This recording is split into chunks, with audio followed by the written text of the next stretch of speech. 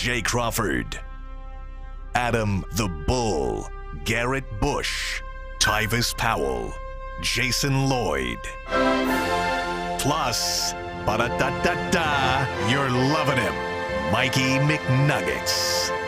And so many big names, it would take me hours to say all of their names.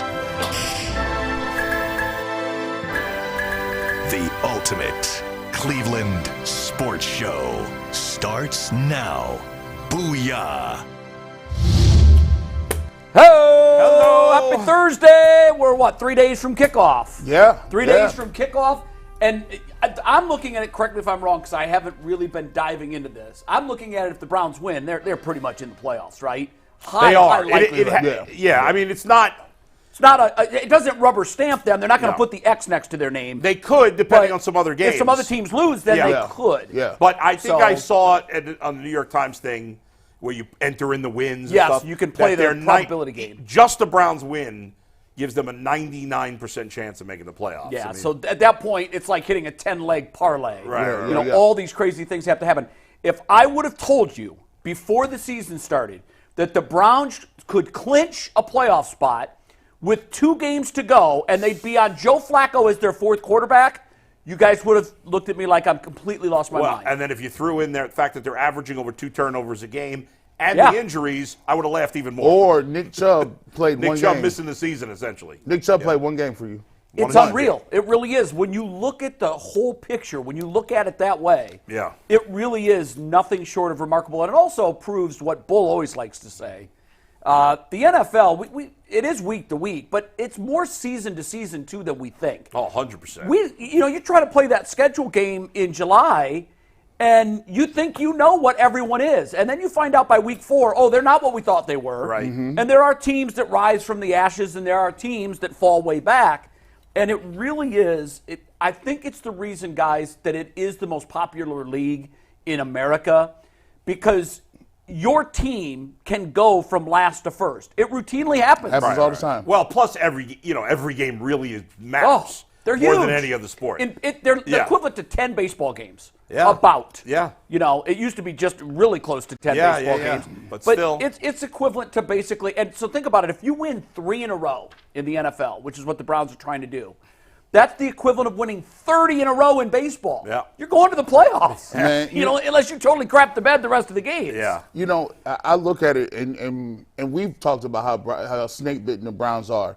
We talk about only in Cleveland things happening. But just take a look at the bounces that they've got this year. This game was 2 weeks ago. C.J. Stroud is playing his tail off. He looks like he's an MVP candidate. And you come around, they take a bad L to the Jets. Yeah. C.J. Stroud gets hurt. He has the concussion.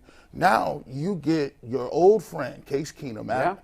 And ready to go, and you have Joe Flacco. You feel good about this game, but so many games, you got Joe Burrow when he was hurt. The 49ers, Deebo Samuel goes out. P.J. Walker wins these miraculous game. DTR. Well, just look at San Francisco missed the kick. Missed the kick. Last week, the dropped Hail Mary. It was a reception. And the pass interference calls in Indianapolis. That's right. It's crazy, man. We don't apologize for that. Oh, no. Because not that they're that good even with them, but you got Arizona the week before Kyler Murray came in. That's true. They'd be a lot more competitive with Kyler Murray. Yeah, that helps. Yeah. I still don't know Arizona's quarterback name that played against us. The Browns were overdue for a number of breaks, and obviously the injuries have not been breaks for them, but everything else this season, outside of the way they lost that first Steeler game, everything else has been gone in their favor. Yeah, that was brutal. And the other thing, too, to kind of really put into perspective what's going on in front of our very eyes, is that currently the number 1 seeds in each conference, the Browns have wins against. Yeah. So, I mean, not only is it you're playoff bound in all likelihood, but why not these Cleveland Browns? Why not? No, and you're starting to hear that echo. You're starting to hear that from all of the guys. I know. Think about it. You went from we getting on people for saying, I don't like the Cleveland Browns. I don't want anything to do with them. They should be on at 1 o'clock. The national media is like, what are we going to do about this story? And then now, you fast forward to now, people are saying the Browns are the best story in the league. Joe Flacco is a great story. Kevin Stefanski, Coach of the Year. So it's funny how these things morph into, and they've showed a lot of people. I don't think we'll say this anymore, but show us how many teams had their starting quarterback gone, and they still competed. Indianapolis is still competing. The Browns are there. Cincinnati is still there. The Pittsburgh Steelers are still there. It's showing you that. Although I would say the Steelers are collapsing. Yes. Without they're not that falling Pickett's that fast. good, but if you got a solid quarterback and most importantly a coach that continues to keep your guys playing hard and a defense, your season isn't over. Right, you can get through it. You can still get through it. It's not going to be easy, but they've shown that you can do that. It's funny, too, because the number one seeds in both conference have their starting quarterback. They haven't had to go to the well. Like the Browns have gone to the well 3 times. I mean, typically, I don't care who you are. We saw with the 49ers that even though they were getting this miraculous play from Mr. Irrelevant and Brock Purdy, the second he went down, their season was over. well, in fairness, they didn't have another quarterback on the roster at that point. They did not. No. But who thinks to carry, like in the Browns case, they, obviously P.J. Walker was what he was. He was a Band-Aid on a hatchet wound, and he didn't, but he did get us the win against San Francisco. But when they had to go down, San Francisco didn't have the luxury of going out and finding a quarterback because Brock Purdy went down in the Eagles game. Right. But the Browns have their front office. We've got to give Andrew Berry all the flowers in the world. He's gone out and made 2 incredible moves that absolutely turned this sinking ship into a floatable vessel that seems to be going to a nice place. Joe Flacco on the couch one week, guiding the team to the playoffs the other, and then in Hopkins going out and trading for this guy after you've made the decision that the guy that you picked just a year ago isn't it. I think you left another guy out. I probably did. Kareem Hunt. There's another. Exactly right. Yeah. You I mean, what does he have? 8 touchdowns? He was something on the like couch that? too. He was on the couch. Nick Chubb goes down. The Browns immediately. Every team keeps a file, like the break glass in case of an emergency. And they've got broken glass all over their facility in Berea because they had to break it for the running back, the kicker, the quarterback. They just keep making the right moves.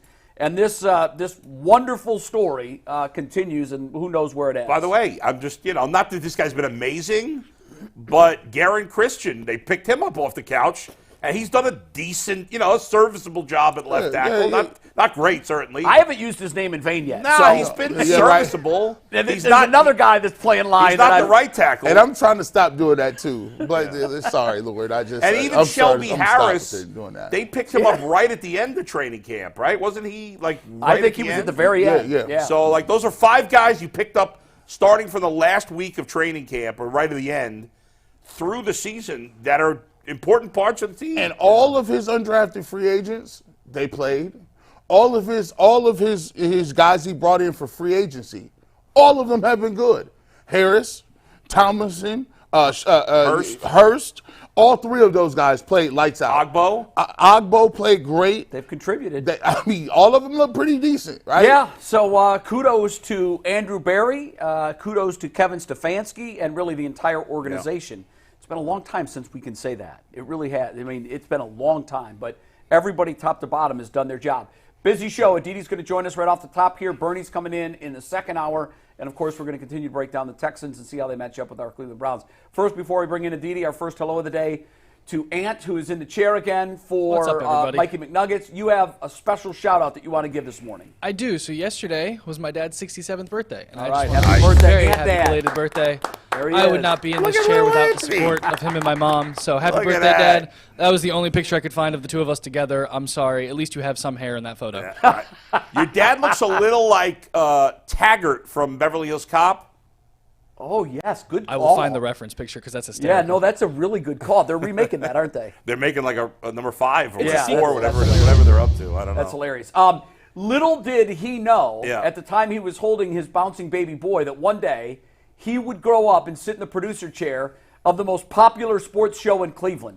Yes. So, I mean, because even you, Ant, self-admittedly, when you walked in the door, you would say, I love soccer and I like anime and Pokemon, and I really don't know much about sports. And here you are. When I applied for the job, my dad's like, a sports show? And I was like, yeah, it sounded fun. And there you are, man. I got to tell you, you talk about swimming outside of your comfort zone. Yeah.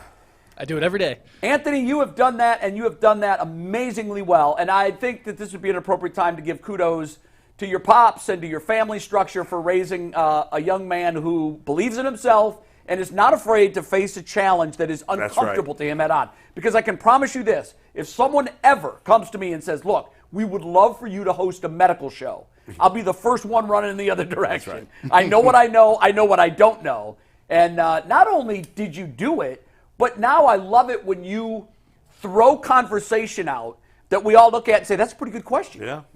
Like sometimes the best questions come from those less informed. And Anthony, like most people that work on this show, pretty much everybody, is very good at not being sensitive when he gets his balls busted. So that's also true. You would not have fit in this group if it was any other way. So happy birthday to Pops. Yes. And, happy birthday, Dad. And kudos. Are you taking him out for his birthday, like going for dinner, or what are you doing? Maybe something next week. I did take him to see Godzilla -1 for his birthday as soon as it came out opening weekend. Now, I've I'll be always gone been all curious weekend. about this, Anthony, and I'll ask you for your dad and for other people that do this. Like, when your birthday is near Christmas, I know you celebrate Christmas, as many people do. When your birthday's near Christmas, I feel like you get screwed out of gifts. My son was born Christmas Eve. See? Does he get screwed? Terrible. Yeah, well, it's funny Right? because it's like, this is for Christmas and your birthday. Babe, go under the tree there, grab one of those gifts. Yeah, right. And just tell him that you didn't have any happy birthday present paper, and just that's one of his birthday presents. That's one there right it there. is. It's too easy not to do Corey, that. I know you're watching. You've been screwed out of gifts. Corey, for how old is he? Let me put it this way. Corey's been a lot of things in life. He has not been screwed. That's true. That's true. But I see what you're saying. Yes. He's part of the Yacht Boys. That's true. By default, by definition, you cannot be screwed with that name. Yeah, that's he's done okay. Well, how old is he? Okay. He's late 20s, right? He will be 30. Oh. 31, I believe. Oh, he's already 30? Yeah. I didn't know that. Yeah. All right, It's getting 31. old, man. Get on them Time kids, flies. Corey.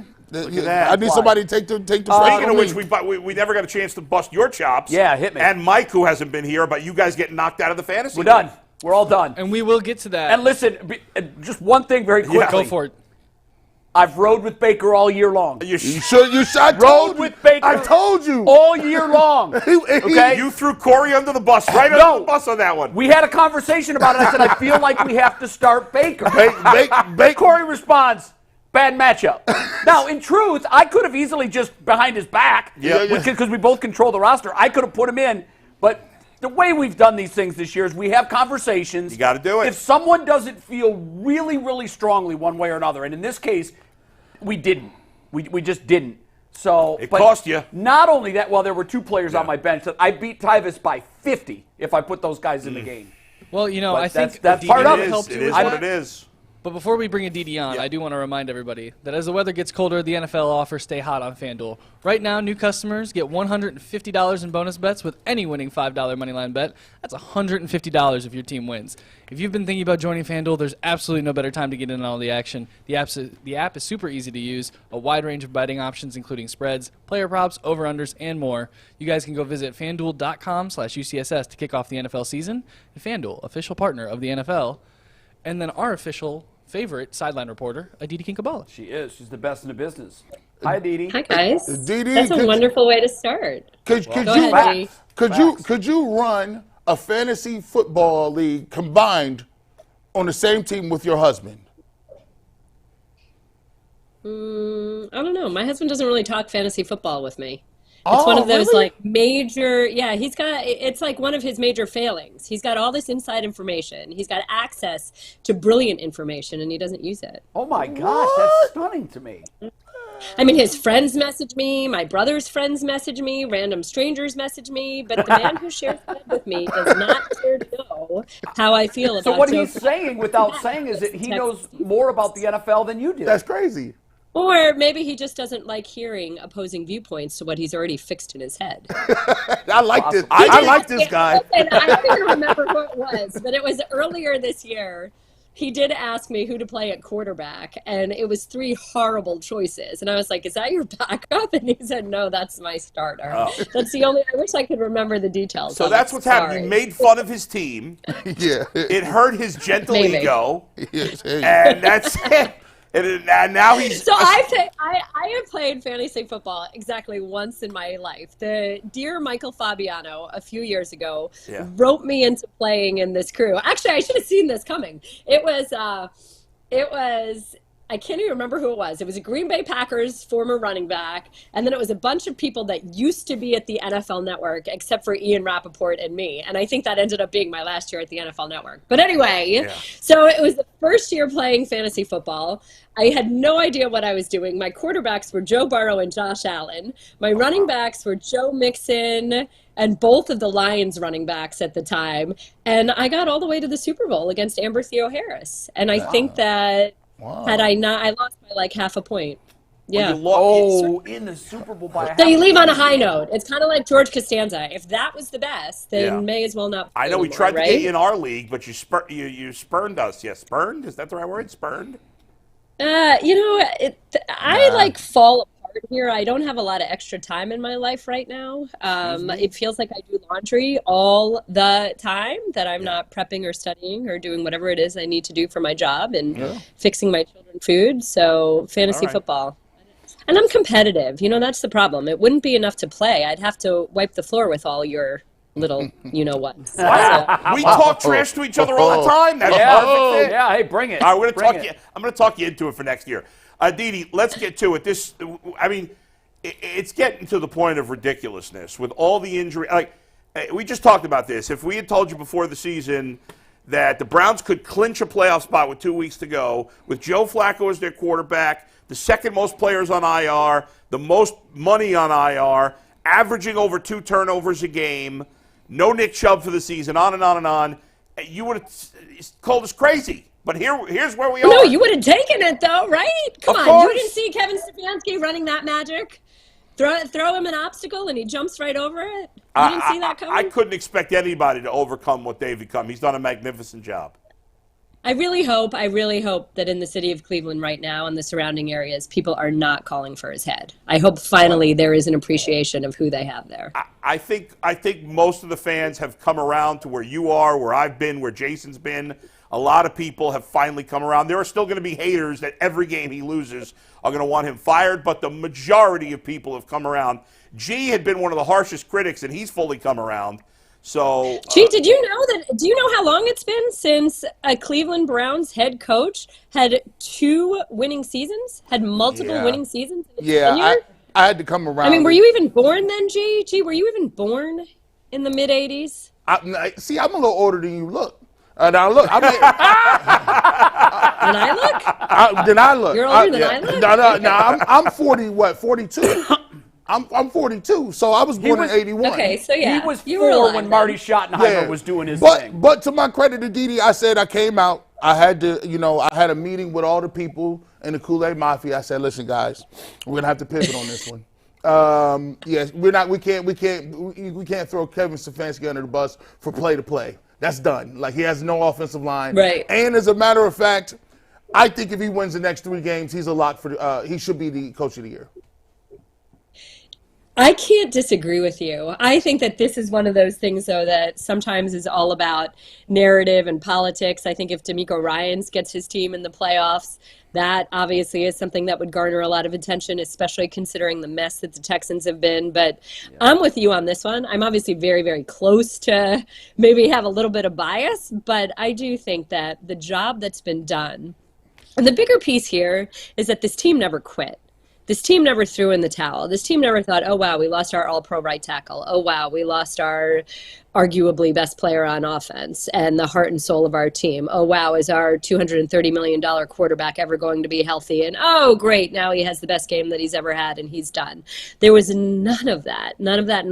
Denzel Ward gets hurt and the defense doesn't give up. It's just...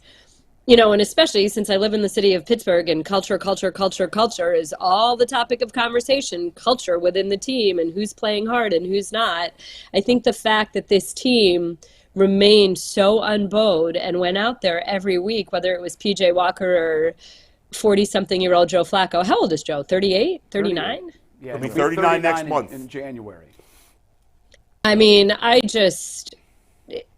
It really is a credit to Kevin Stefanski, and it's a credit to how level he's been from day one, that each week is the same, that he believes in his process, he sticks with his process, he believes in his team, and he's not changing everything. He's not throwing it all out the window just because he's got somebody new at the quarterback position or any other position. Sorry about that, Aditi. One of our viewers has dubbed Joe Flacco and Kevin Stefanski Cleveland's property brothers. Do you watch any HGTV? I mean, that's pretty damn good, isn't it? I have seen the property brothers. Right? They're both really tall, though, and Kevin's not tall. I mean, Joe is, but Kevin's not. I'm not talking about the height. You can't tell height Just on the TV. face. The faces with the gruff and the whole thing. Like I just imagine these guys buying a house and fixing it up like the property brothers. Look at that picture. Yeah, it's good. Hey, that kind of is. I mean, I sort of have to say that's a pretty good Photoshop job. Yeah. Shout out to Creative Juice. It's great. I do think it's funny that you made Kevin the carpenter and Joe the realtor, the slick realtor. I know, because in real life I think it would be switched. Yeah. Maybe, I don't know. But I don't know. it makes her a fun pairing right there. There's nothing I could say that would be safe for television right now. Yeah, there's a lot of. You can text the group. It's a lot of middle-aged women like, yeah, I like them property brothers. I like all this play calls. Somebody's got to do a spoof advertisement, get them an endorsement deal, I think it's obvious. It's right there. Aditi, is this Well, the year? I'm about to talk to Robert Saleh, so there's a piece of me that's wondering: am I supposed to ask him why did you not call Joe Flacco? But maybe not. Yes. Absolutely. Maybe I should stay away from that one. Is this the year that it finally happens? Steelers under 500. I think it's finally happening, Aditi. They're falling apart. What say you? I think that the bigger issue is when you've got a player like George Pickens saying that he didn't block for a running back because he didn't want to get hurt. That's bad. And then you've got Mike Tomlin saying, yeah, I'm still going to play Pickens. I mean, That's bad. there are, when TJ Watt, who is not at all a hothead in terms of someone who'd go to the media and talk, when he's talking about bad practice habits, when he's talking about not being able to get through to certain players, when you've got a head coach publicly saying that he's had a great meeting with a malcontent wide receiver who's not showing good effort, and then that malcontent wide receiver says, nope, never happened. These are very Steeler-like things. It's almost irrelevant what players are out on the field and what they're doing when you're not. Your guy Tyler Boyd said it. When you're not playing for each other, then what do you have? Yeah, and that's always been the case in Pittsburgh. They always did rally together and play together. And there was a time when Antonio Brown was obviously becoming more of a distraction than he was an asset. And you move on from the player. And I don't know how close Pittsburgh is to doing that, but these are things that typically happen in Cleveland, not Pittsburgh. And the roles have been reversed. And I think, Bull, I disagreed with you last year when you said it. I said I am not putting a shovel full of dirt on this team's grave. Do that at your own peril. But I think with everything that's gone on this year, and particularly the division now that you're seeing between the team and perhaps the coaching staff, I think this is the year, Didi, that I don't see them winning 2 of their last 3. Because remember, that's what they have to do now with 17 games to be over 500. And remember, they've got games against the Bengals and the Ravens. And Jay, the point here is that you always consider the Steelers part of the conversation because of that coach. Because you sit here and you say it's hard to count out Mike Tomlin. When Mike Tomlin is playing relevant football in December behind Duck Hodges, you sit here and you say, this is a man who knows how to get his team ready. But what you've seen over the last month in the city of Pittsburgh, the absolute lack of veteran leadership on offense, the disconnect between offense and defense, and the way that they bring energy, effort, focus, the public squabbling. It's just, And the fact that there's not a lesson in it. Look, Chase Claypool got shipped out of town. Mike Tomlin doesn't give up on players, and Mike Tomlin gave up on Chase Claypool. Right. And then what happened? There was a very clear sign. Hey, if Mike Tomlin is giving up on Chase Claypool, maybe you shouldn't come after a wide receiver that Mike Tomlin has given up on. Because just if in Cleveland you don't remember, the Steelers fleeced the Bears, got a second-round pick out of them for Chase Claypool. Chase Claypool spent exactly 10 games in Chicago before Chicago had to ship him off to Miami for a 7th-round pick. So you think another GM is going to sit here and say, oh, yeah, I'll give you a 2nd-round pick for your problem wide receiver? Yeah. Not when there's been an experience like that right there. Aditi, we know you got to go. You got a 11:30 phone call. But thank you so much for stopping by, and happy holidays for having to you me. And your family. I didn't even get to tell you about the Texans. Wait, guys, the Texans are playing great defense, and they're a lot of fun. Jonathan Grenard is a guy that's really turned it around. And if C.J. Stroud can't go, I really hope you get to see Case Keenum, just because he's such a wonderful guy. I mean, it's so hard. He led the Texans last week. I was obviously at that game. He led the Texans to an overtime win after not starting a game for 1 year, 11 months, and 8 days. And that last start, 1 year, 11 months, and 8 days prior, was for the Cleveland Browns. And that's right. He won. Did he start against Denver? I know he won a win, but he's a great guy. He did win. It was against the Bengals. Week 17. Listen, he's a formidable foe, one that Kevin Stefanski is certainly familiar with. Aditi, thank you. Happy holidays to you and your lovely family. Bye, guys. See you later. Next week. She brings up a good point, and it's funny because that absolutely is our next topic. The Texans defense, and I wish maybe we could have had a little bit more time with her to talk about that because I know she knows them intimately. She's covered their games. She mentioned some of the stuff, Ant, that we want to talk about. This Browns defense, by a lot of metrics, is top of the league. Sure. But when you compare some of the big bulk numbers with the Browns defense, the Browns have 40 sacks. Houston has 36. Browns have 14 picks. Texans have 12. There are some other metrics where they don't exactly measure up. Yeah. But when you look at that, those are kind of that's the skeleton of a great defense.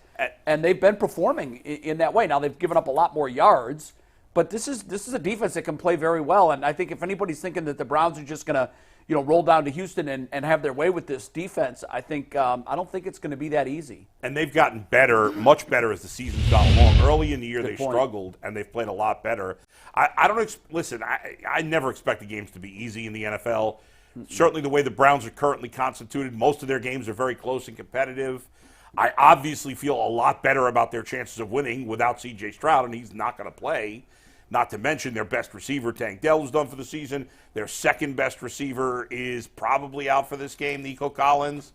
So, they're hamstrung on offense, but they still have some talented guys, and Devin Singletary's run the ball well. Case Keenum's a legitimate veteran, and their defense has played well. So, while I'm expecting the Browns to ultimately win, I'm expecting them, as usual, to win a close game. Yeah. By any means necessary. Yeah. You know what I'm saying? Shout out to Malcolm X out there. We need to come out here and look, we got to have it.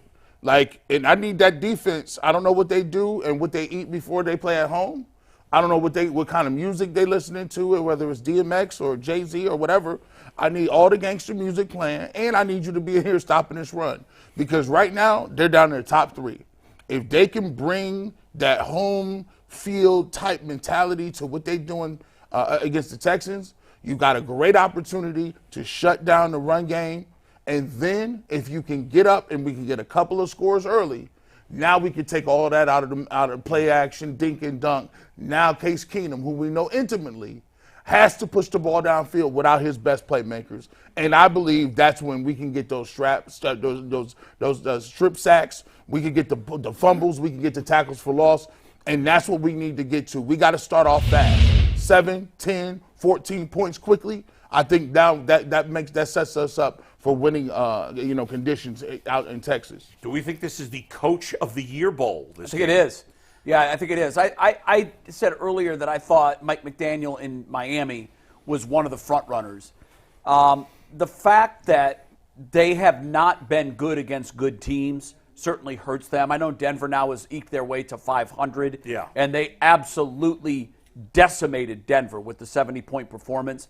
That's a quality win. Yeah. But outside of that, you've really got to – you have almost – when you call up their schedule, you're almost doing a double take. Right, because they've beaten just pathetic teams. They've beaten up on the doormats. Yeah, right. And they've beaten them pretty handily. Right. But when they're in games with teams that are 500 or better, they fold like a cheap tent. Right. So I almost for that. Now, the media loves them.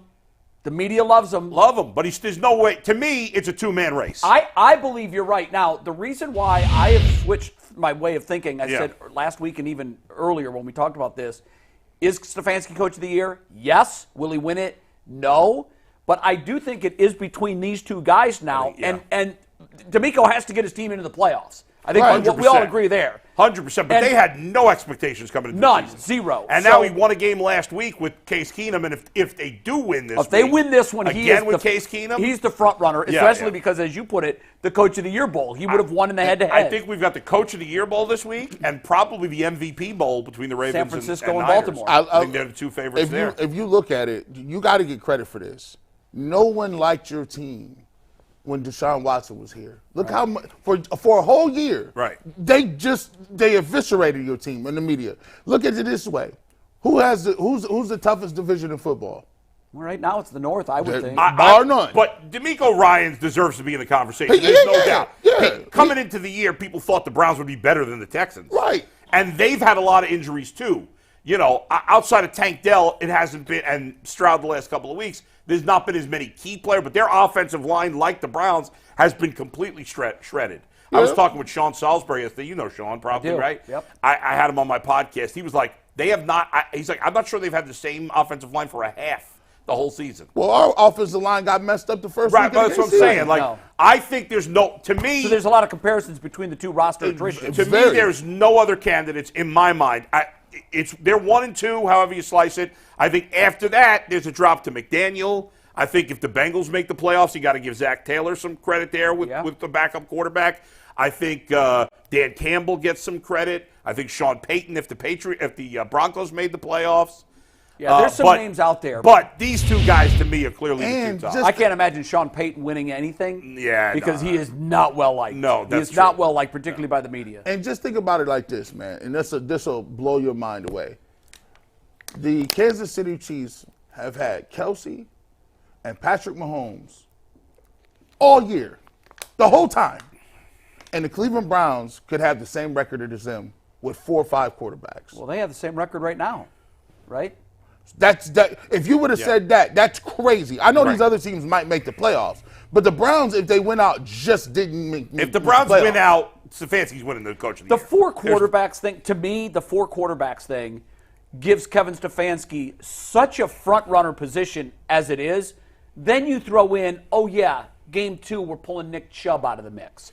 Right. So your best and most dynamic offensive player out, and then the most important position to any team, you'll be on number 4. Right. And you've won games with all 4. Yeah. I mean, now number 4 is probably the second best.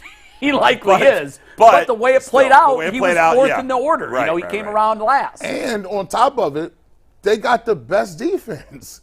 So when you look at it, and they have a best defense because they made a conscious effort to go out and go get Jim Schwartz and get the pieces they need. I think get players. And in the past, we've criticized Kevin Stefanski times when the defense was bad. So he's got to get some credit too. He's the head man. Somebody asked me the other day on my podcast. They asked me, if you could only keep one guy, Kevin Stefanski, Jim Schwartz, or Callahan, who would you keep? And I said, hey, listen, I love Schwartz, I love Callahan, but Kevin Stefanski's the head coach. Yeah, I agree with that. I'm keeping him. Yeah, I agree with that too. I could find another great defensive coordinator. Maybe he wouldn't be the right guy. I don't know. But the other guy the Browns were looking at, Brian Flores, he's done a really good job this year too. Yes. I'm not saying I would want to get rid of Schwartz and Callahan are fantastic coaches. Hope they stay with the Browns for the next bunch. I haven't heard any buzz about Jim Schwartz for the head coaching jobs. Doesn't mean it won't happen. No, it usually happens in the month of December. You start hearing about guys. You're hearing about playoffs. And we want to interview this guy. Because you're already hearing about Ben Johnson, who's the Lions OC. You're hearing about Harbaugh. You're hearing about Belichick. We'll see. It depends how many jobs are open. But I'm not. But listen, I'm not going to go into this thing. And if Jim Schwartz is up for jobs, I'm not going to come out here and be like, well, the next guy. No, it's not. Jim Schwartz is not replaceable in what this defense is doing. I like the way they play. I like the way everybody comes in and plays. I don't care if they got to offer him 6 more positions that are figurehead positions underneath Stefanski. Assistant coach, head coach, assistant. It'd likely be associate. Assistant, vice. I don't care. Just add something to it, give him a bag, and see he's not going nowhere. Pay him the most of any defensive coordinator. I agree. Yeah. I think, to Bull's point, there are other great defensive coordinators out there. But nobody wants to lose him. Yeah, no. You wind the clock back when you have to change someone at that position. Just like the Bengals, your guy has been mentioned a lot as a potential head coach in Cincinnati, the defensive coordinator there. He likely will get a shot at some, he'll get interviews. For sure, he's been getting interviews, So, it's tough because now you have to find someone who has the same philosophy. That's rare. That's there's a lot of different coaching philosophies. His coaching lane, and you've said this a lot because you really made it your business to know what he's about. There's not a lot of guys that are wired like he is to do exactly what he does. Right. We talk a lot about how he looks at contain, how he rushes the quarterbacks. He's a different breed, and you're not just going to go plug some other guy into this same defense and get the same production. And you talk about, we talk all the time about chemistry between players. Well, there's chemistry between coach and player, too. And Jim Schwartz now, think about this. He's done a great job his first year. What could he do next year? Now he's going into the offseason. He knows these players even better. Now we might get some draft picks up front. Now think about it like that. Usually, he last year he came in, he didn't really have any say in who these guys are. Now you could get guys now year 2. He's going to be working with some of the young guys you got. And so you want to keep that consistency, especially the way the team responds to him. Everybody you talk to said, I just love it. Denzel Ward is playing better. Greg Newsom's playing better. So I think we're putting the cart before the horse a little bit. Yeah, I think we got a lot of playoff and a lot of stuff down. But I'm not too high on him leaving and going away. Yeah, I'm not either. Hopefully they can make sure they do what they need to do to keep him because you lose a coach like that. It is like losing a great player. It can be even more impactful because I think, we always talk about the sum of the parts. We knew that this defense had great individual players. Hell, turns out JOK is a great individual player. Yeah. But in the system he was in under Joe Woods, he looked, by everybody's standards, he was cuttable. Like, just cut your losses with this guy. And now all of a sudden, he's, to me, a damn near lock to go to the Pro Bowl. At worst, he's in the conversation. And who would have thought that a year ago when we were saying, just cut bait on this guy, he can't play. You bring in a new witchmaster and he starts stirring the brew and says, no. You were used out of position. We weren't playing to your strengths. We were making you think. You just go out there and react and respond like good linebackers do.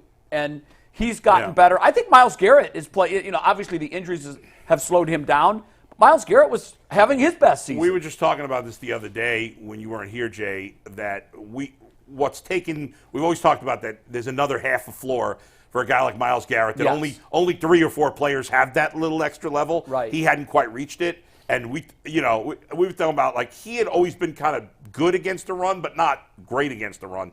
This year, he's always been a great pass rusher.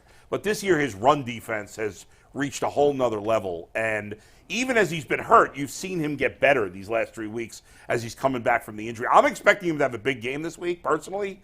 You got a Texans offensive line that's a mess, a quarterback that can't run. Yeah. I'm expecting a big game. One of our fence rider questions is, will Myles Garrett have a sack this week? I don't know if it was 1 sack, I can't remember what it was, but I think he's going to break his sackless streak here these last couple of weeks. I hope so. I think he gets. He's definitely not been himself the last couple of weeks. Right, but he's been getting better. He was more of an impact last week than he was the 2 weeks. I thought he was actually better 2 weeks ago than he was last week. I felt just in terms of production, I thought he took a step back because he had no production in that first game. Yeah, and then he looked pretty good in the second game, and then the last game, I thought. He had that big tackle for a loss on Khalil Herbert. I thought that was huge. He has a sack on the 2-point conversion that doesn't count. Yeah. Well, that was 2 games ago. I don't know was that 2 days? Yeah, that was 2 games ago. Yeah, I don't know why that doesn't count. It's stupid. So stupid to me that it doesn't count. I know. I mean, it's still a sack, and it's a play. I get it. It's a it sack. Doesn't make any sense. Yeah, no, it doesn't. Football's got some weird rules. No, but I think Myles Garrett. We got to look at it like this. I think we're not used to giving the Browns benefit of the doubt on certain things. Like if this was another player, they would say, well, he's the best player in the best defense. Well, I think a lot of people are saying that, though. Now they're coming around to it. Now they're we naturally assume that he has to have the most sacks for him to be in the conversation. And I thought Kevin Stefanski said it. I thought he had a good point. We get caught in sacks a lot, but it's more than sacks. It's more than that number that proves that you're the best player and the most valuable player. Well, that's the equivalent to the home run in baseball. That's the number that everybody gravitates to. I think you're right. Didn't Stefanski, if I'm not mistaken, I read a quote from him where he said he's the defensive POY and it's not even close. Yeah. I disagree with obviously Stefanski's biased. I disagree that it's not close. We talked about it yesterday. Yeah. I think it is close. I would vote for him right now. We still have 3 weeks to go. But it's not, usually the guy who leads the league in sacks is in the conversation. Yes. So it's not crazy to say that. No. But, we'll see. Listen, the Browns, we talked about it a little bit earlier in the week. The Browns have 6, 7, 8 guys that could be Pro Bowlers this year, which is remarkable considering some of their best players are hurt. I asked that Monday, and I'm not sure when that team is announced. I think it's next week. I believe it comes out. Sounds like I think it's with feels 2 like weeks you're to go. right. It's usually with 1 or 2 games left in the regular season. So on offense, guys that at least have a puncher's chance. Batonio does. Batonio, Teller, and we were talking about. What about? I think Njoku. I think he's a lock. Yeah, I don't see how he's too. not in. He's one of the 3 best tight ends in the AFC without a doubt. And then on special teams, obviously the kicker. Seems like it. They may only take 1 kicker, so maybe they take Justin Tucker out of, because they always take him. I don't know, but the punter maybe. He's played well enough. On defense, Myles Garrett's a lock. Denzel Ward was a lock till he got hurt. We'll see. Certainly Martin Emerson, you can make a case. JOK. Certainly JOK, you can make a case. Yeah, that's 7 guys. Yeah. Hell, that'd be Actually, nice. that's 9 possibles if you include the punter. Punter and kicker. I might be pushing it on the punter. Yeah. So I'll say 8. Well, his net average is is way up the chart. I'll throw this out at you guys because, Jason has said this before. And, we're kind of apprehensive. You know me. I like to get in front of stuff. I don't like waiting on nothing. I don't like Christmas waiting. I don't like waiting on Christmas presents or birthday presents. So Jason said, hey, that Browns, they should sign him. I've seen some stuff that he's done. And that was in the middle of the year. Now, sign who? Kevin Stefanski. Oh, okay. Now, if Kevin Stefanski wins Coach of the Year, they have to sign him, don't they? They have to sign him. At the end of the year. He's getting. That's not even. Because he's only got 1 year left on his because contract. But you never let him go into his last year. We hadn't revisited it since that. We was like, we'll wait to see how the season happens a little bit. My point to Jason was, Jason said like 4 weeks ago after a nice win, he gets an extension right now. And I said, what's the hurry? Yeah. Like, he can't go anywhere. He's yours under contract next year. Obviously, the Browns aren't going to let him go into the last year of his deal. And to me, that's an absolute, complete no-brainer. He's got his extension locked, and it's just a matter of presenting it to him. January 3rd, by the way. So there's two more weeks of games. So you got. So it's before the last week of the regular season. Yeah. So you've already signed off. He's getting locked up. It's a matter of time. I think it's a no-brainer. But I feel this. I know that Flacco's a free agent at the end of the year, and I don't want to go down that road. But I feel the same way about Stefanski. I feel I'll deal with that in the offseason. Mm-hmm. I'll deal with that in the offseason. But it's a no. There's no argument. To me, it would be insane not to give him a contract extension this offseason. I just can't imagine any world, even if they lose the last 3. Right. I just don't think there's a world where he doesn't get an extension. And based on what he was able to do and what he had to work with. And the way this team has played, you never know. It's a wacky, wild season. I know. The way this team has played, it's impossible for me to believe they'd lose 3 in a row. It is for me, too. But I guess you never know. But I agree with you. Even if they did somehow, I'm still giving them an extension, but that's not going to happen. So think about it like this. I don't know where this puts him in the pantheon, but he's been here, 5 years? Yeah, this will be his 4th. This is his fourth year. So who has won 2 Coach of the Years in their first 4? I wouldn't even know. I don't know, because I know typically that award, more than any other, I like to give it to it almost always goes to a first-time coach. So that or a coach in his 2nd or 3rd year with that team. That would mean. And they had a thing against Belichick. Belichick's probably only won 2 or 3. Right. And guys got some of those awards, I don't know. Kobe Bryant won 1 MVP. Yeah. How do you answer that? But Coach of the Year. Yeah. 2 times in 4 years is ridiculous. I don't know if anybody's ever done that.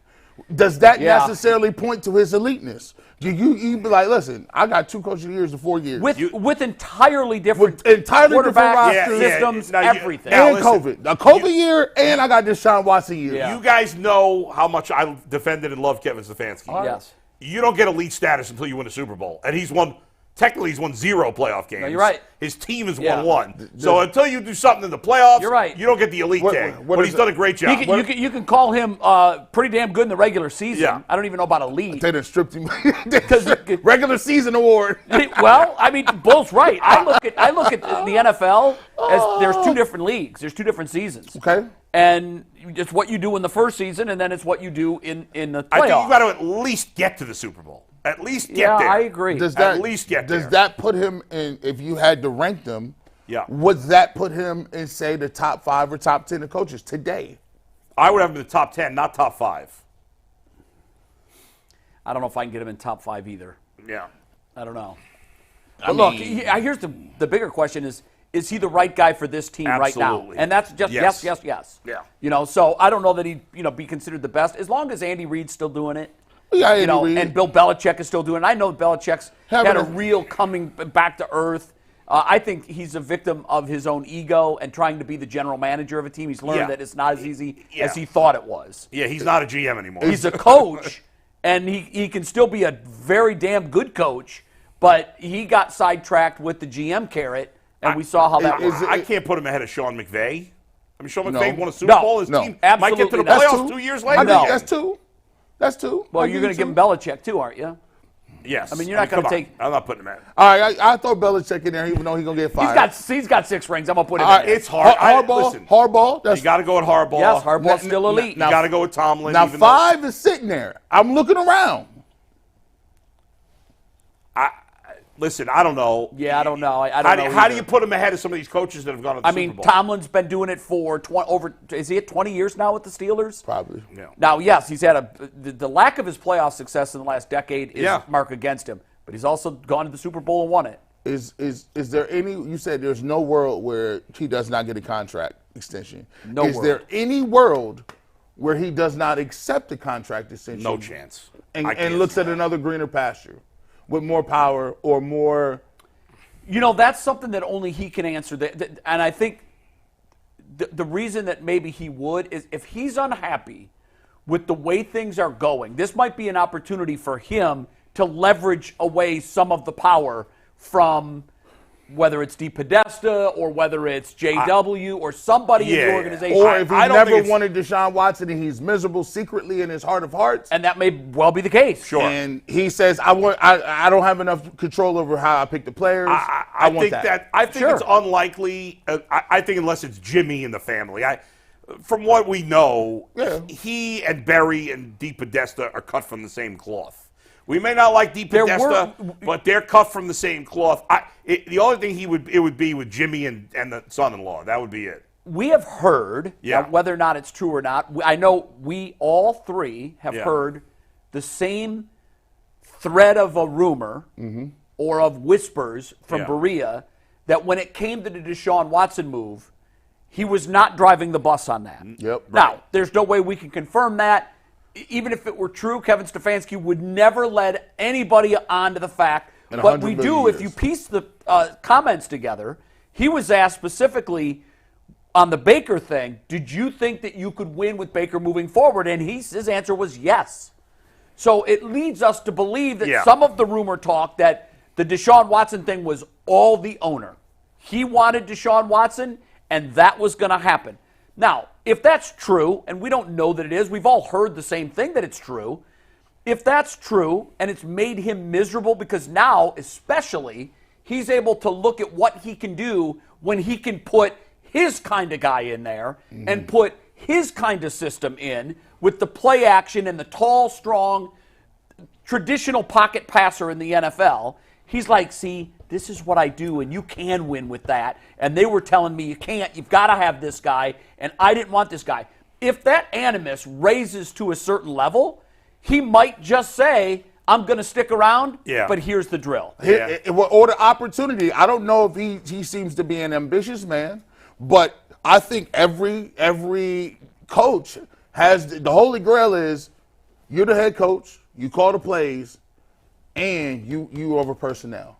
Whatever you want to go get, you the general manager de facto. Go get them. I don't even think he wants to do that. I don't know if he wants to do that. Everything we know about he and Berry is that they work well together. Right.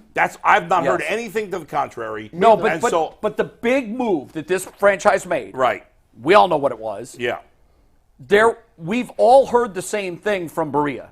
So usually where there's smoke, there's some fire. Yes, but I've also heard that he was fine with moving on from Baker, there's not necessarily to Watson. There's a difference about being fine with. Yeah. Because we all have bosses. If Yeah. your boss comes in and says, this is what we're going to do, well, then you better be fine with it. Yeah. Or you just say what a good employee says, I'm going to make this work. I'll make it work one way or another. But the thread of what we heard was it wasn't Andrew and it wasn't Kevin. It was all owner-based. And if that's true, and Kevin and that animus, again, raises to a certain level, he seems to be a pretty easygoing guy. I don't anticipate that. This is very unlikely. Yeah, we just hashing it out because, look. In the end, guys, I'd be shocked if he didn't want to And sign I would, too. I'd be very I'd be floored. Yeah.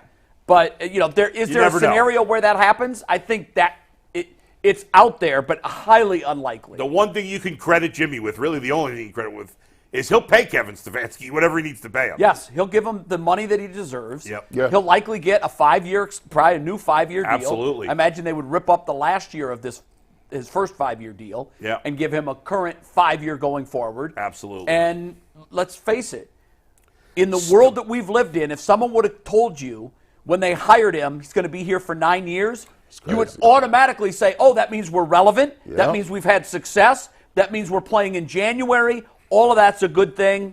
Let's keep it going. Stability in this organization for the first time in a long time. First time in a very, very long time. All right, you want to do Fence Riders? Yeah, before we do Fence Riders, guys, I just want to remind all of you that we are doing a TV show tomorrow from 12:30 to 1 on WKYC. You can watch us on WKYC if you're in the local area, or if you're out of market, you can watch it on WKYC Plus.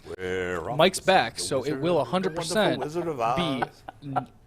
Bull, are you singing? Sorry. It does look like it will be never before seen content with Mike being gone all week and coming back tomorrow. So he's got a fun segment for you guys planned. Check us out on WKYC. We appreciate all the support you guys show us over there as well. Great. No, he's just singing "We're Off to See the Wizard" because that photo just makes me laugh. It literally is like we're all, the Tin Man and the Lion, and we're arm in arm and we're skipping down the yellow brick road. With Kumbaya, and just, my God, I don't think I've ever seen Jason that happy. Never. I don't know what we told him to get him to do never that. actually been His mouth is the openest I've ever seen in my life. It's just like... Director Steve wants to know which one of you is Judy? I think it's McNuggets. Yeah. Judy? Was it Judy? Judy Garland. I mean, her name was Dorothy Judy in the Garland, movie. the actress. Okay, that's why I was confused. I thought it was Dorothy. Dorothy, too. right, yeah. All right, guys, you get ready for the first Fence Rider question? Yes. Yeah, let's do this. So, Jay, you gave me some props for coming up with questions earlier, and I don't know if this one's going to show off those props you gave me. This was an interesting Fence Riders this week. But the first one we got was, will Joe Flacco throw over 300 yards for the third straight week? I think I underestimated how much Kool-Aid you guys are all really consuming out there, because everybody said yes for this one. Well, the proof is in the performance. He's done it 2 weeks in a row. And I think the more they go without a running game, the more it becomes a must that he throw the football. Yeah. So, I mean, I haven't seen any signs of life from the running game the last couple of weeks. Here's a fact for you, an absolute fact. Joe Flacco leads the NFL in passing yards per game.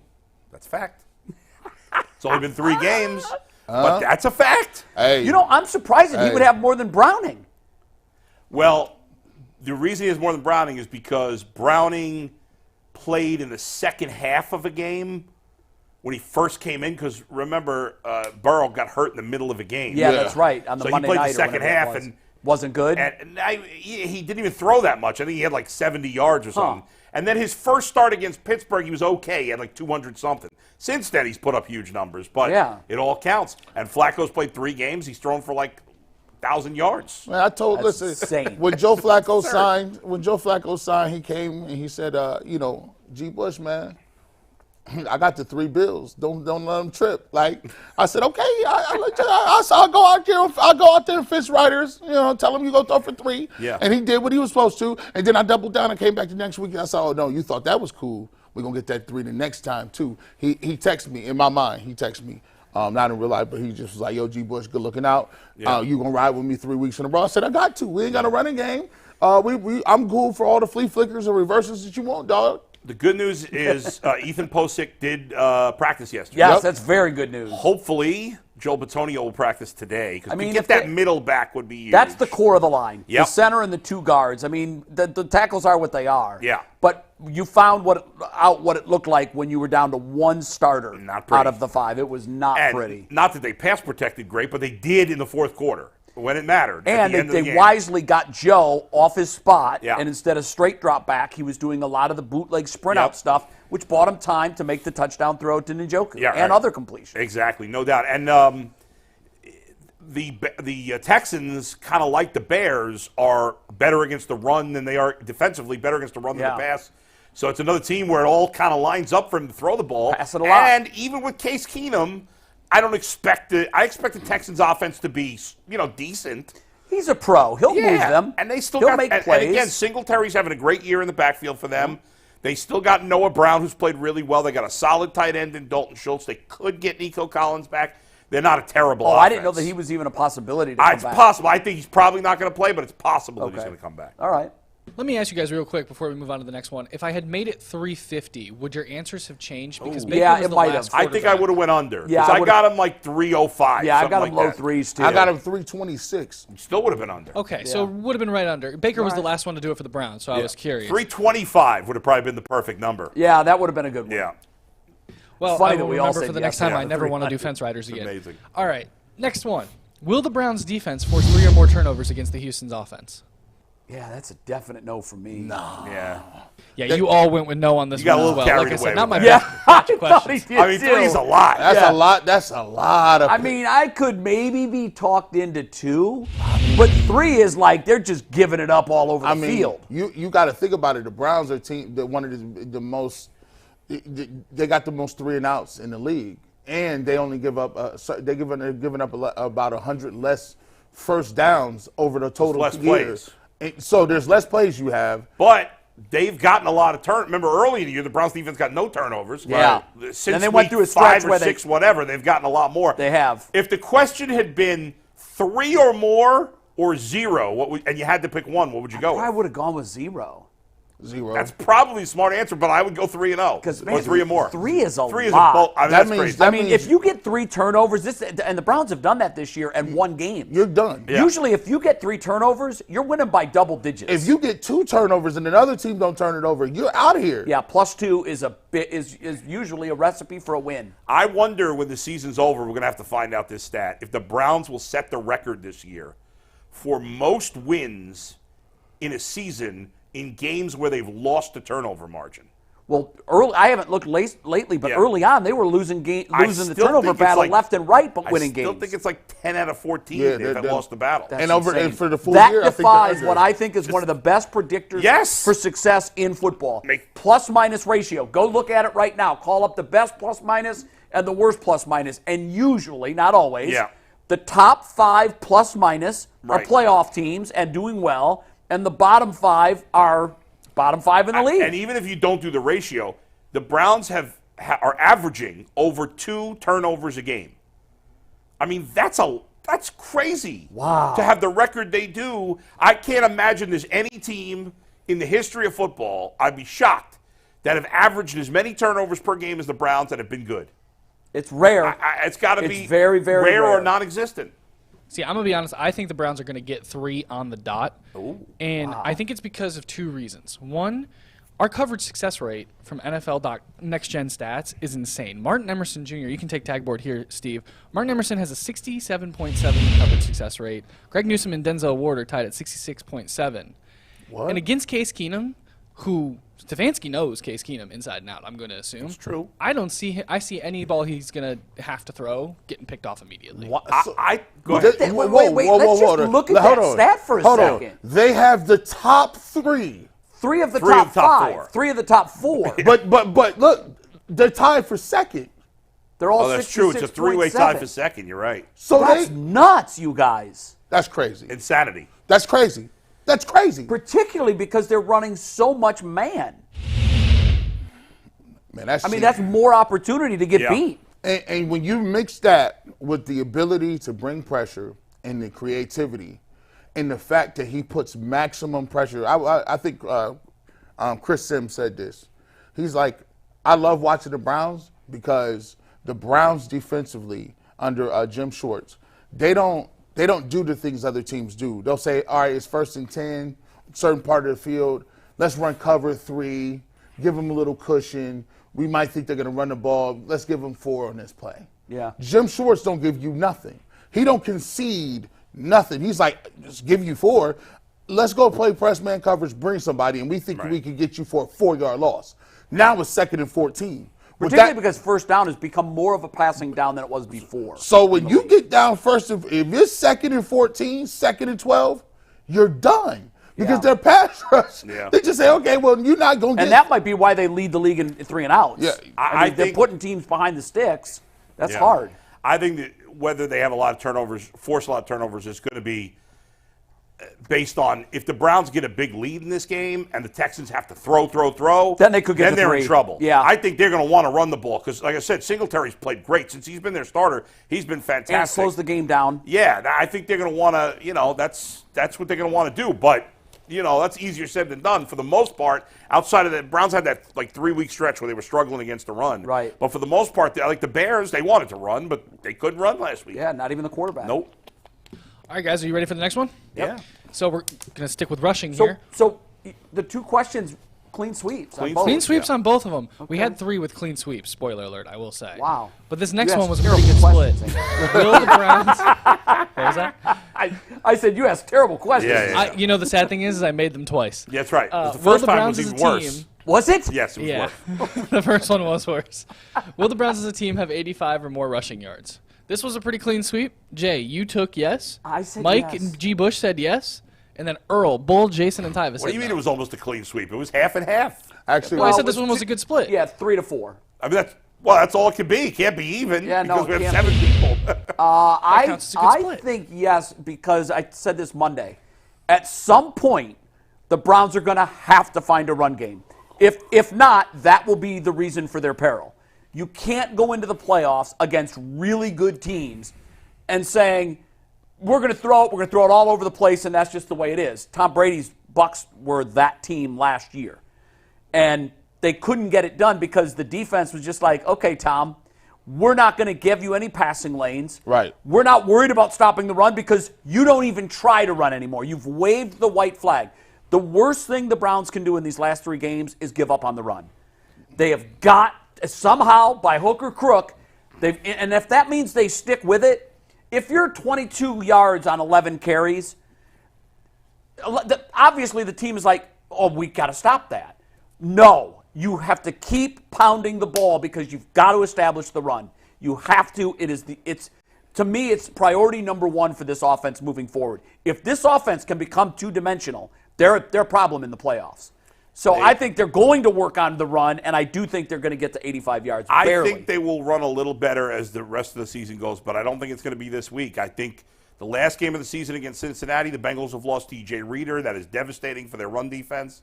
And the Bengals weren't a great run defense team. Where are they, middle of the road or below? They're below, and without him, they're definitely well below. Yeah, you would think. I think they'll amp it up, but I think this week I don't see it. Yeah. Even if they do run it a lot, I don't know that they're going to get to 85 yards the way the offensive line is still banged up. Hopefully by at least, hopefully if you get Bitonio and Posick back, then maybe. But I wasn't confident that they were both going to play this week. I'm banking on both of them playing with my answer. The other thing, too, is you break one, and I don't even mean break it for a home run. Right. Just get like a 21-yard run in there somewhere, anywhere. Then you'll get it. And, that can happen. Now you got 60 yards to get somewhere else. I think they do it because I think there's smoke and mirrors you could do. Goodwin looks like he's back in the mix. You could always jet sweeps. The emergence of the Elijah Moore package without Elijah Moore. give all them packages. Didn't we de facto give those to? We did. Goodwin? We did. He just now signed off on them though. He got a late signature. Or a long extension of that is the screen game. I think for a while, the last couple of weeks, we haven't run very many screens, and the one screen we did run to Pierre Strong got called back. But that doesn't count towards this statistic. No, but I'm talking about the long handoff. Yeah. To me, that's not part of the question. But what I'm speaking towards, how can they, finagle it if, they can't run the football up front? There's other things you can do, kind of the quick stuff out and about. So, but yeah, I think they'll get 85. Like you said, that's a big run. You get 25 yards. You got 60 more to go, and you get more guys back. Only thing I worry about is them holding when you do break a run. Right. That's right. painful. Like to Well, have they did that once last week. Oh man, That was their only good run. On a first down, it was Yeah. critical, and Yeah, it was the a whole- big it's just cost. Wasn't that Pierre Strong? Yep. Had that run? Yes, Yeah. it was. The one thing too about the run game, and I know you say that that quick hit, bubble screens, and stuff like that can be an extension of the run game. I don't think that will supplant the run game in the playoffs. Oh, just no, because no. you're clogging the middle, and so many things become more open in the passing game if they have to defend the middle. Yeah. And I don't think you're worried about defending the middle if you're looking at bubble screens. There's different ways they can stop that. I wonder if, and he's never happened with any kind of regularity with the Browns, and it certainly hasn't happened this year. And I don't know what he's got left in him to do this. But I wonder if they gave Kareem Hunt 16 carries. What he could do. What would it look like? Yeah. I don't know. I mean, I just thought, and I know the offensive line didn't do a good job, obviously. I just thought Jerome Ford looked really hesitant last week and wasn't seeing some Maybe holes. Strong. I think Strong is a better candidate for those 16 carries. But the only I've been high on Strong all year, but the only thing I'll say about Hunt is he's got those veteran eyes. Yeah. That can see those holes. He's gonna get if it's And he's hard to tackle. If he's under 3 yards, he's getting that 3 yards. Like he just is what it is. To me, for me, when I look at Jerome Ford, and I know people like, oh well, nobody could have ran on that. There's times where, we talk about it in football sense, reading color in the whole. Sometimes when you run in that zone play, when the opposite jersey flashes now, he takes another step and a half before he decides that's not where he can go. By then, it's too late. It's done. And he always ends up going to the sideline and crumpling down after two. You can't have 2 to 3 yard losses like that. When you see color in the hole, you have to put your foot down and trust that guy is going to stop the play if you don't move back. That's why Nick Chubb is so brilliant. When you watch Nick Chubb, it's like before the guy even beats the offensive guard, he already sees what it's looking like. Right. He's like, I'm not even going to try that. He cuts it back, and now he has 3 yards right now. Well, that His is vision. very true. That vision. Think of all the runs that he's had that have been lengthy runs that were cutbacks, but cutbacks that he made the decision Now. at the earliest possible moment that he had to abort. He did, went the other way, and that's his signature run to me. Well, I mean, he is has that the cutback. perfect combination of instincts, vision, power. and power, because he never gets tackled by the first guy. Never. Or almost No, never. takes more than one. But Kareem Hunt also, He can do. He he's has that more of a ability. north-south guy than Ford is. So let's talk about distribution. Yeah. If you're in your perfect game plan, how are you going to carry, let's say they get 25 carries. Yeah. How are you splitting them up in this game? I would want to see, you talked about getting the running game essentially ready for the playoffs. Yeah. Kareem Hunt's not that old.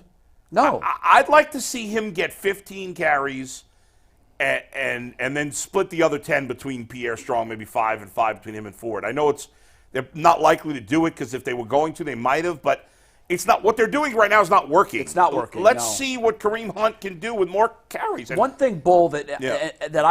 that was jumping out at me Yeah. last week was the point of attack is where you win in football.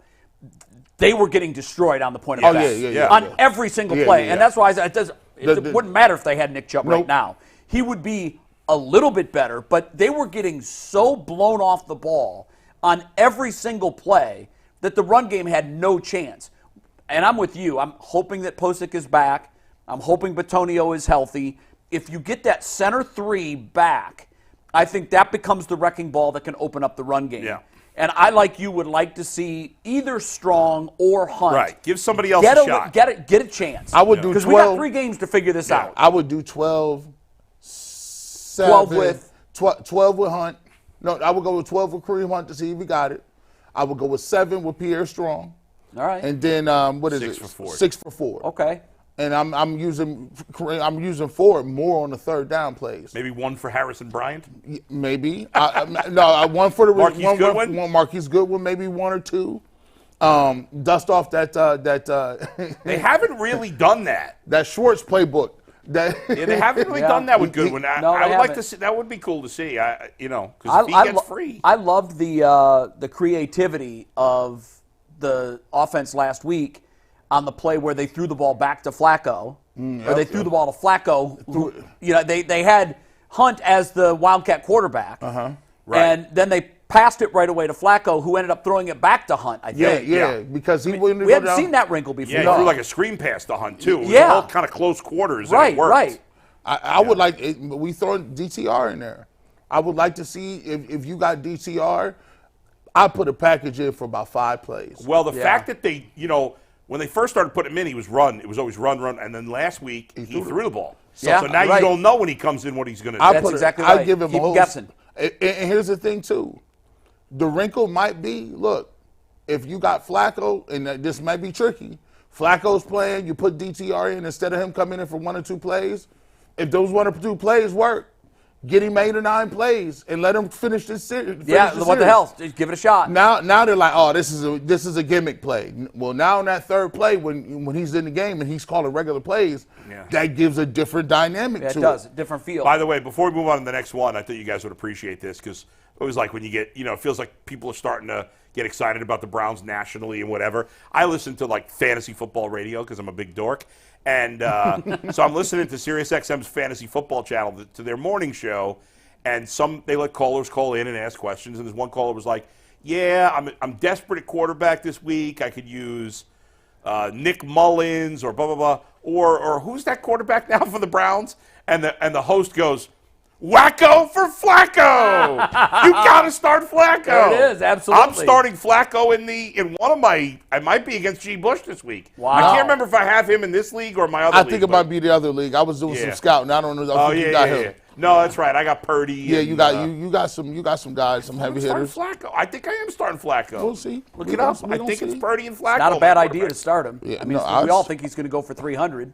So he'll get My the choice yardage is, I passing. think, is Flacco or Sam Howell, and I'm going with Flacco. Wow. see. Howell is taking He's a big falling fall apart off here the at the cliff. end of the season. Is he even starting? I mean, why wouldn't they go with Brissett? He is. You got Flacco. Yeah. I think they were going to go back to Howell, which they shouldn't, but Why? I mean, But I'm going with Joe. Joe Flacco's going to get me to the UCSS championship, hopefully over G. who Bush. knows?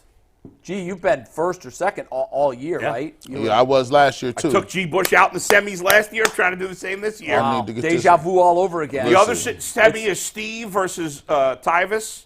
We cannot have Steve win.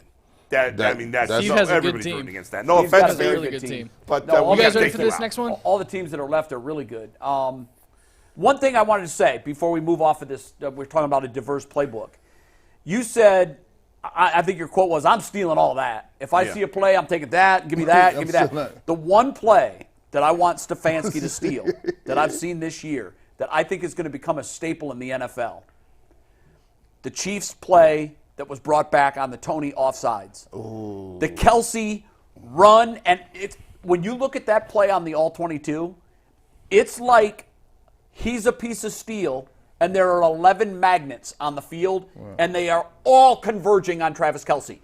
Everybody. The line guys had turned around and were chasing him. Mm-hmm. The guys that were covering routes that were deep had left their route and come in, and the one corner that was over here on this receiver, Tony, immediately, as soon as the ball was thrown, he beelines it.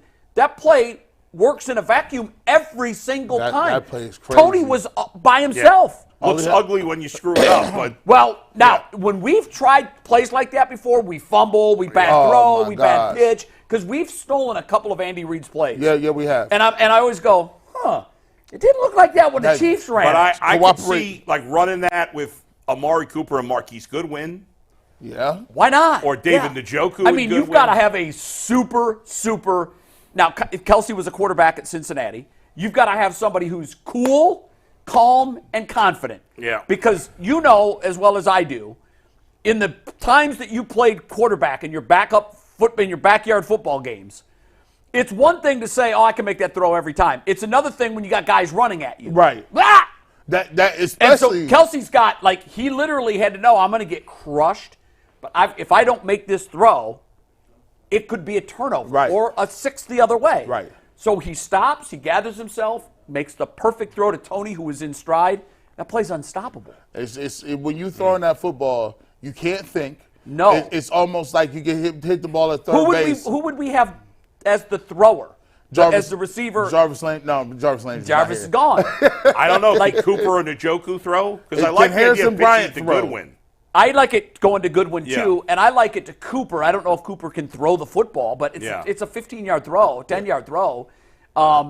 What I liked about it wasn't the traditional hook and ladder where, the receiver is trailing. Yeah. Yeah. That's hard because the defense is already congregating to where you're pitching the ball. I'd what steal made that. this play pure genius, and I do think we're going to see this a lot in the NFL moving forward, it makes it pure. You're turning it into rugby. This guy, Tony, was all by himself because the defense was completely converging on Travis Kelce. People should use laterals more. Yeah. Laterals are a sneaky part of the game. Next, Anthony. All right, before we get to this last one, or the last two, I should say, I just want to remind everybody that if you are watching right now, it's the 12 o'clock hour, and you can like and subscribe. It's completely free, and it helps out the YouTube channel a lot. We usually shoot for about 1,000 likes a show, and you guys always deliver. So we appreciate it. Go We hit that appreciate thumbs up, all the everybody. support. And don't forget, there are memberships, too, if you do want to spend a little money, and we'll read your super chats here towards the end of the show. All right, guys, so I'm going to skip the Myles Garrett sack one because we all agreed that he's going to record one. He'll break his streak of a month of no sacks. That was unanimous, right? Yeah, last unanimous one. Okay. But will the Browns or Texans have more sacks? So, Jay went with the Browns. Earl went with the Browns. Mike went with the Browns. Bull and G also went with the Browns. Jason and Tyvis, who are not here to defend themselves, went with the Texans. Well, they're clearly wrong. Well, they're looking like we have as saying the Browns' offensive line is a problem, but so is the Texans. Their offensive line's a problem too. Now, wait a minute. Did you have that right? You had the question was, will Case Keenum throw for 225 yards? No, that's a different one. Oh, I thought. No, yeah, that's the last question. Yeah. Yeah. So is that the breakdown? Is the breakdown the same? Oh, you're No, saying that Jason graphic was the said only that one. Yeah, one? that graphic said, will Case Keenum throw Oh. for 225 yards, and that was the breakout. Oh, my apologies on that. But, yeah, it actually is the same breakdown minus Tyvis. So, spoiler alert for the last question. So only Jason then, can you throw the graphic up so we can see it? Only Jason believes that the Texans will have more sacks than the Browns. Yes. No, that's the wrong one. Do we have the graphic? That's the only one we have. I'm sorry. Oh, so we Okay. didn't make the other graphic. Okay. Yeah, without Mike, I'm a mess. Jeez. That's okay. Everything I said about you at the top of the show, strike it from the record. Scratch it. I actually just got made it word all from up. Becker. My promotion got rejected. Is Mike's plane in yet? What's happening here? He should be landing soon, and hopefully he doesn't watch this. No, we know Anyways. you're overworked and you're Yeah. burdened.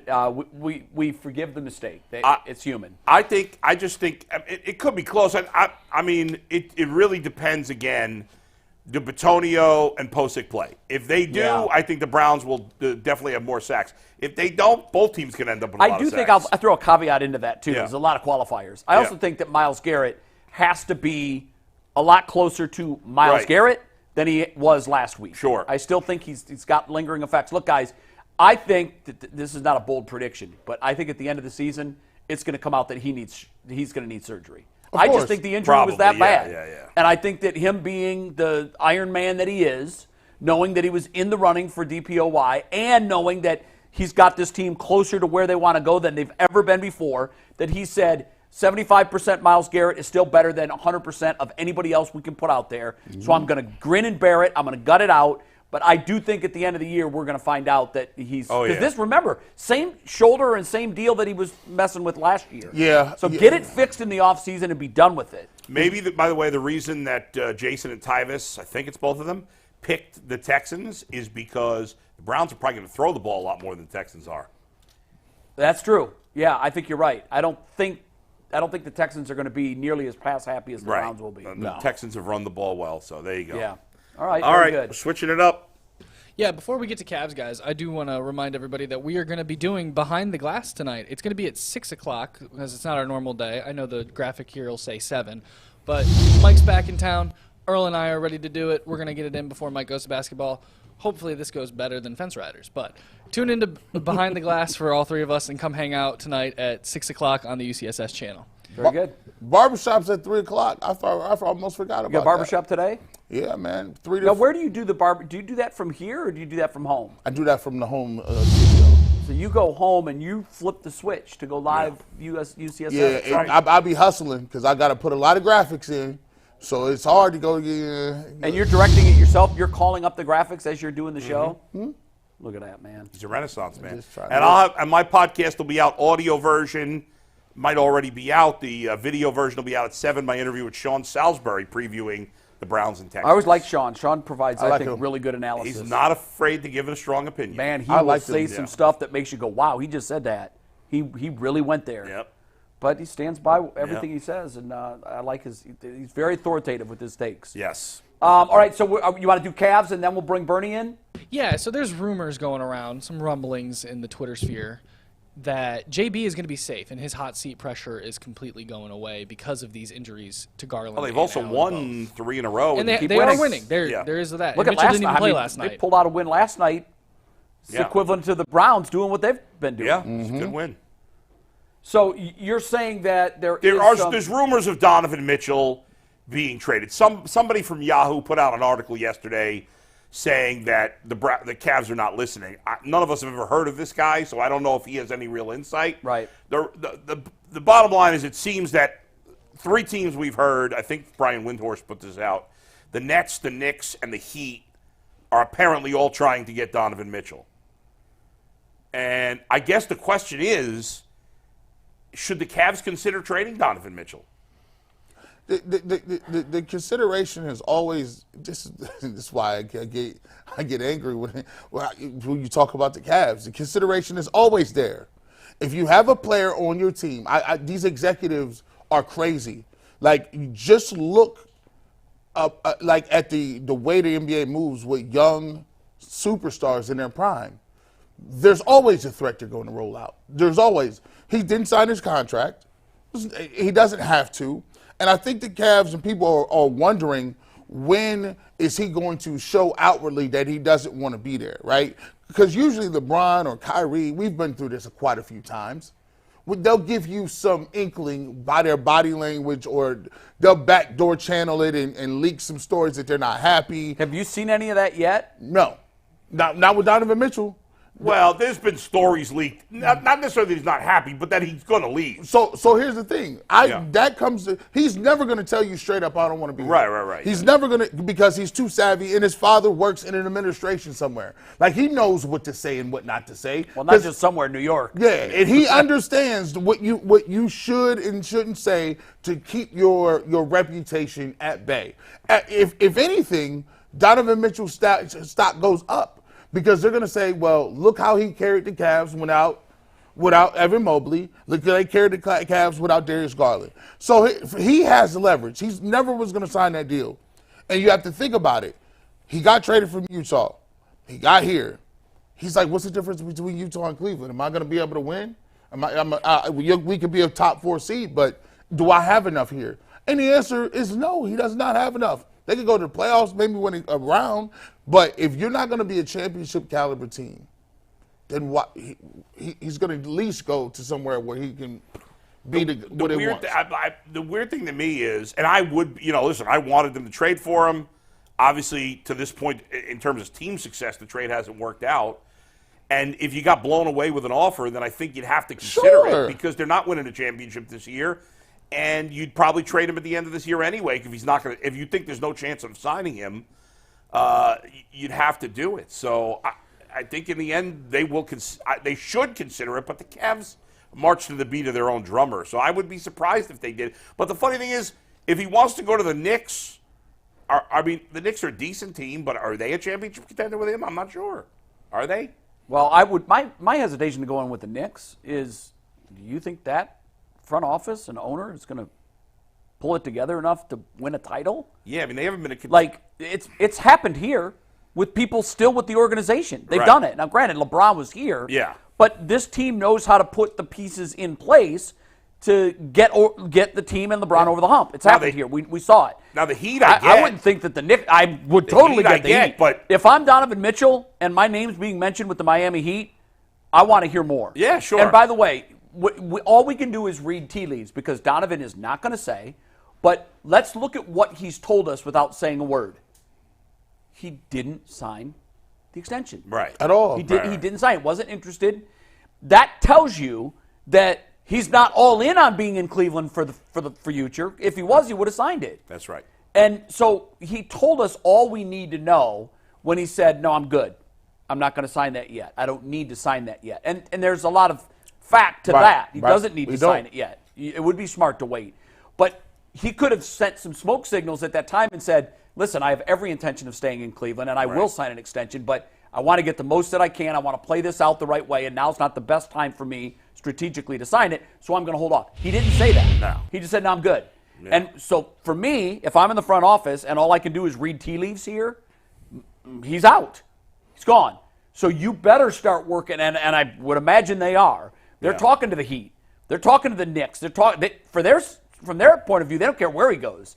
They just want the maximum return. Well, but a team like the Knicks or the Heat are going to give up more because they're going to feel like they can keep him. Probably, yeah. A team that doesn't feel like they can keep But him when probably wouldn't I offer said as that, much. though, what I'm saying is, here's what they're looking at. They're Yeah. not looking at, Donovan really wants to go to Miami. So No, who cares about that? What you got? And the Knicks might be more desperate. And if you're trading for draft picks, I'd rather trade them to the Knicks because the Knicks are more likely to screw them it up than the Heat are. Yeah, I know Donovan is a New York guy. His dad is in the front office of I think he's the communications director of the Mets. He has not been shy about his love of New York. Yeah. He's worn Mets hats to Browns games and Guardians games and all that. I don't care about any of that. What I care about is doing the right thing for the long-term future of this team. 100%. And if I'm in the front office, the tea leaves that I'm reading is that he is not going to be here. He is not going to be a part. So now you have to look at the guys that you think that will, and we think that's Mobley, Allen, and Garland. Now, whether or not that core three stays together, I don't know. But you need to be thinking now, what pieces do we most need with the three that we have to put us over the top? And that's who you need to go out and make a trade for, if you can do it. Hey, look, man. I would do this. I look at what the Guardians did, and people in the Shohei Ohtani thing.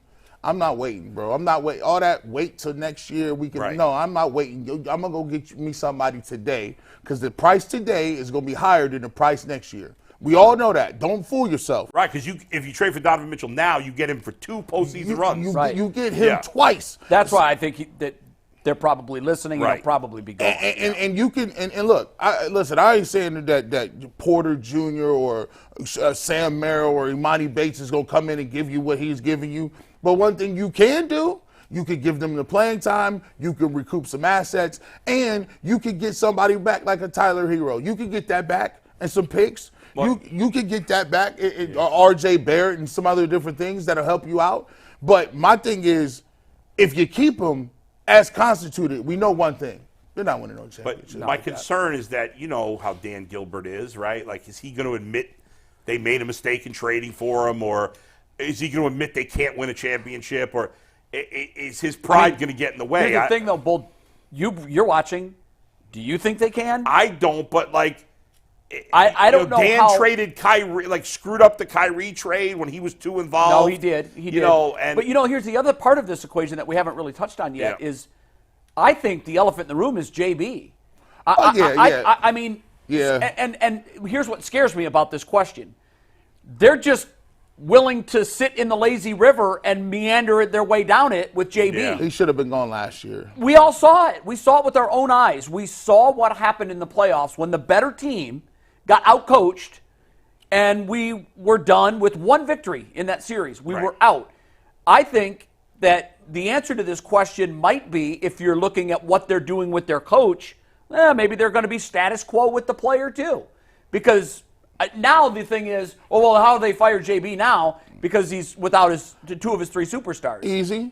Well, you and I say that, but there are whispers coming from the organization that they're going to sit tight now with JB because of these injuries. So what, we're just going to push the can down the road even further on? And we always say it.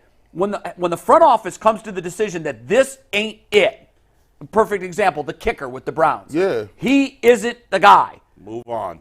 They swallowed their pride and their ego. They cut him, and they traded for another kicker who ended up being the guy. They got that one right.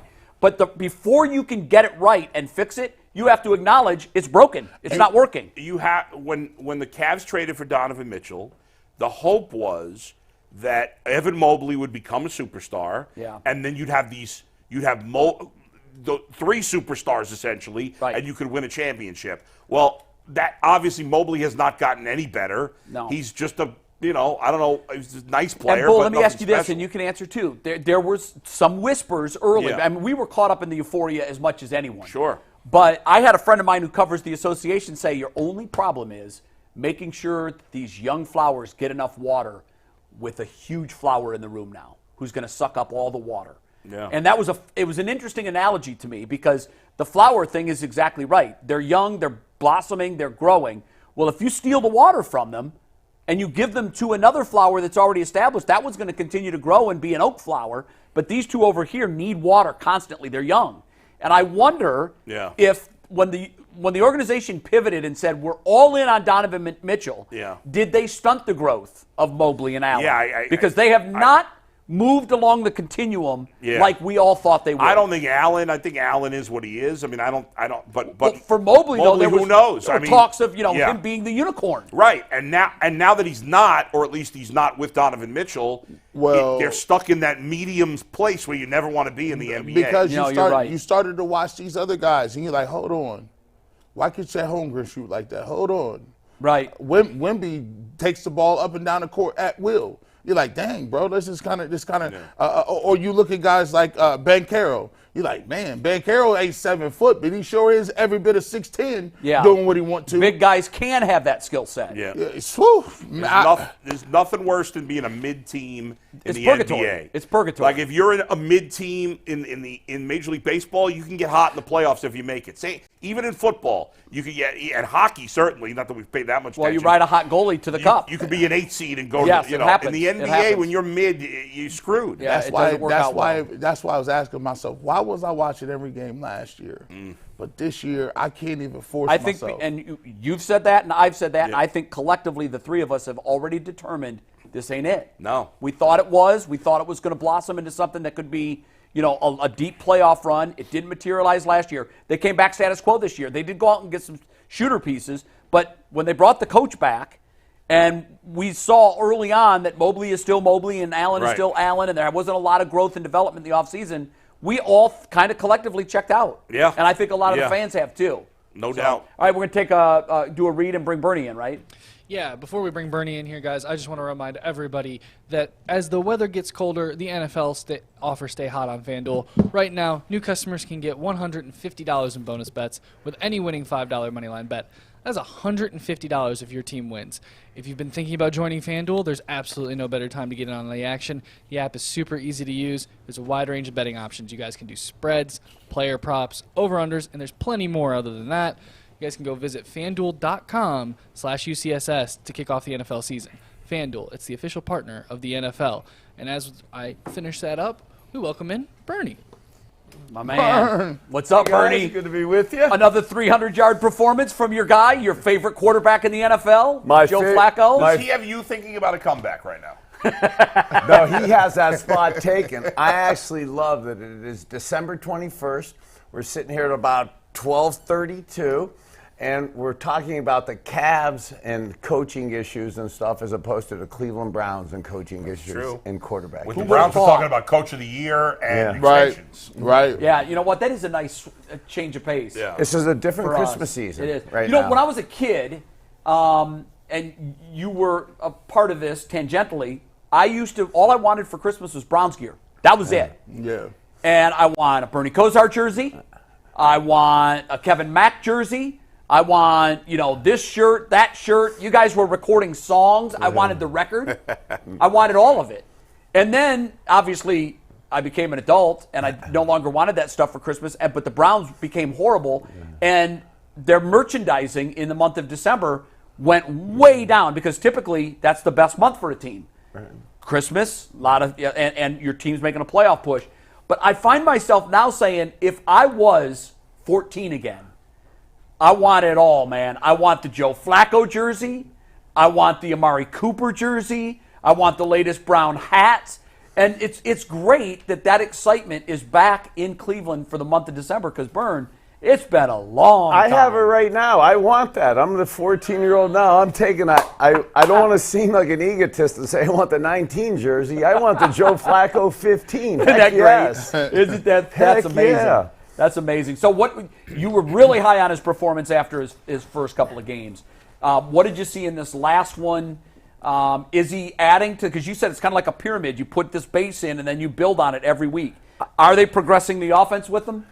Is the offense progressing with the injuries that we had last week and this time of the year to end up with a W after the way he threw 3 picks early in the game? Gary Danielson used to tell me that to be a great quarterback, you have to be able to throw 5 or 6 interceptions. I didn't really understand what that meant. And he said, well, because most cowards start throwing checkdowns after 2 or 3. They won't go down the field. They won't throw 3 or 4 because they won't even attempt it afterwards. And for Joe Flacco to come into that game and show his experience like that, and then just almost forget that he threw those 2 or 3 picks and had the pick 6 and stuff, and almost evaporate from his brain, and then to have a fourth quarter like that, to to where the first 3 quarters never happened. And for him just to put that behind him and come and somehow, some way, that Jimmy Johnson line, and we're 9-5 in a game that just about all of us on Sunday afternoon, about 3:15, thought it was over. Absolutely. I mean, so again, it's not optimal how you want to get it in terms of offensively performing better, but for our quarterback to show that type of guts and that type of comeback and resiliency, courage to throw everything you want from a leader heading into January. I mean, I'm even higher this week than I was last week. Guys, you know, since the Browns joined the NFL, do you know how many times they have won 12 or more games? Since joining the NFL. Not in the AAFC or whatever it is. Is this egotistical to say I did it once, I think? You 12-4. One time. Right? It's only been done once by this man. He went 12-4 in 1986.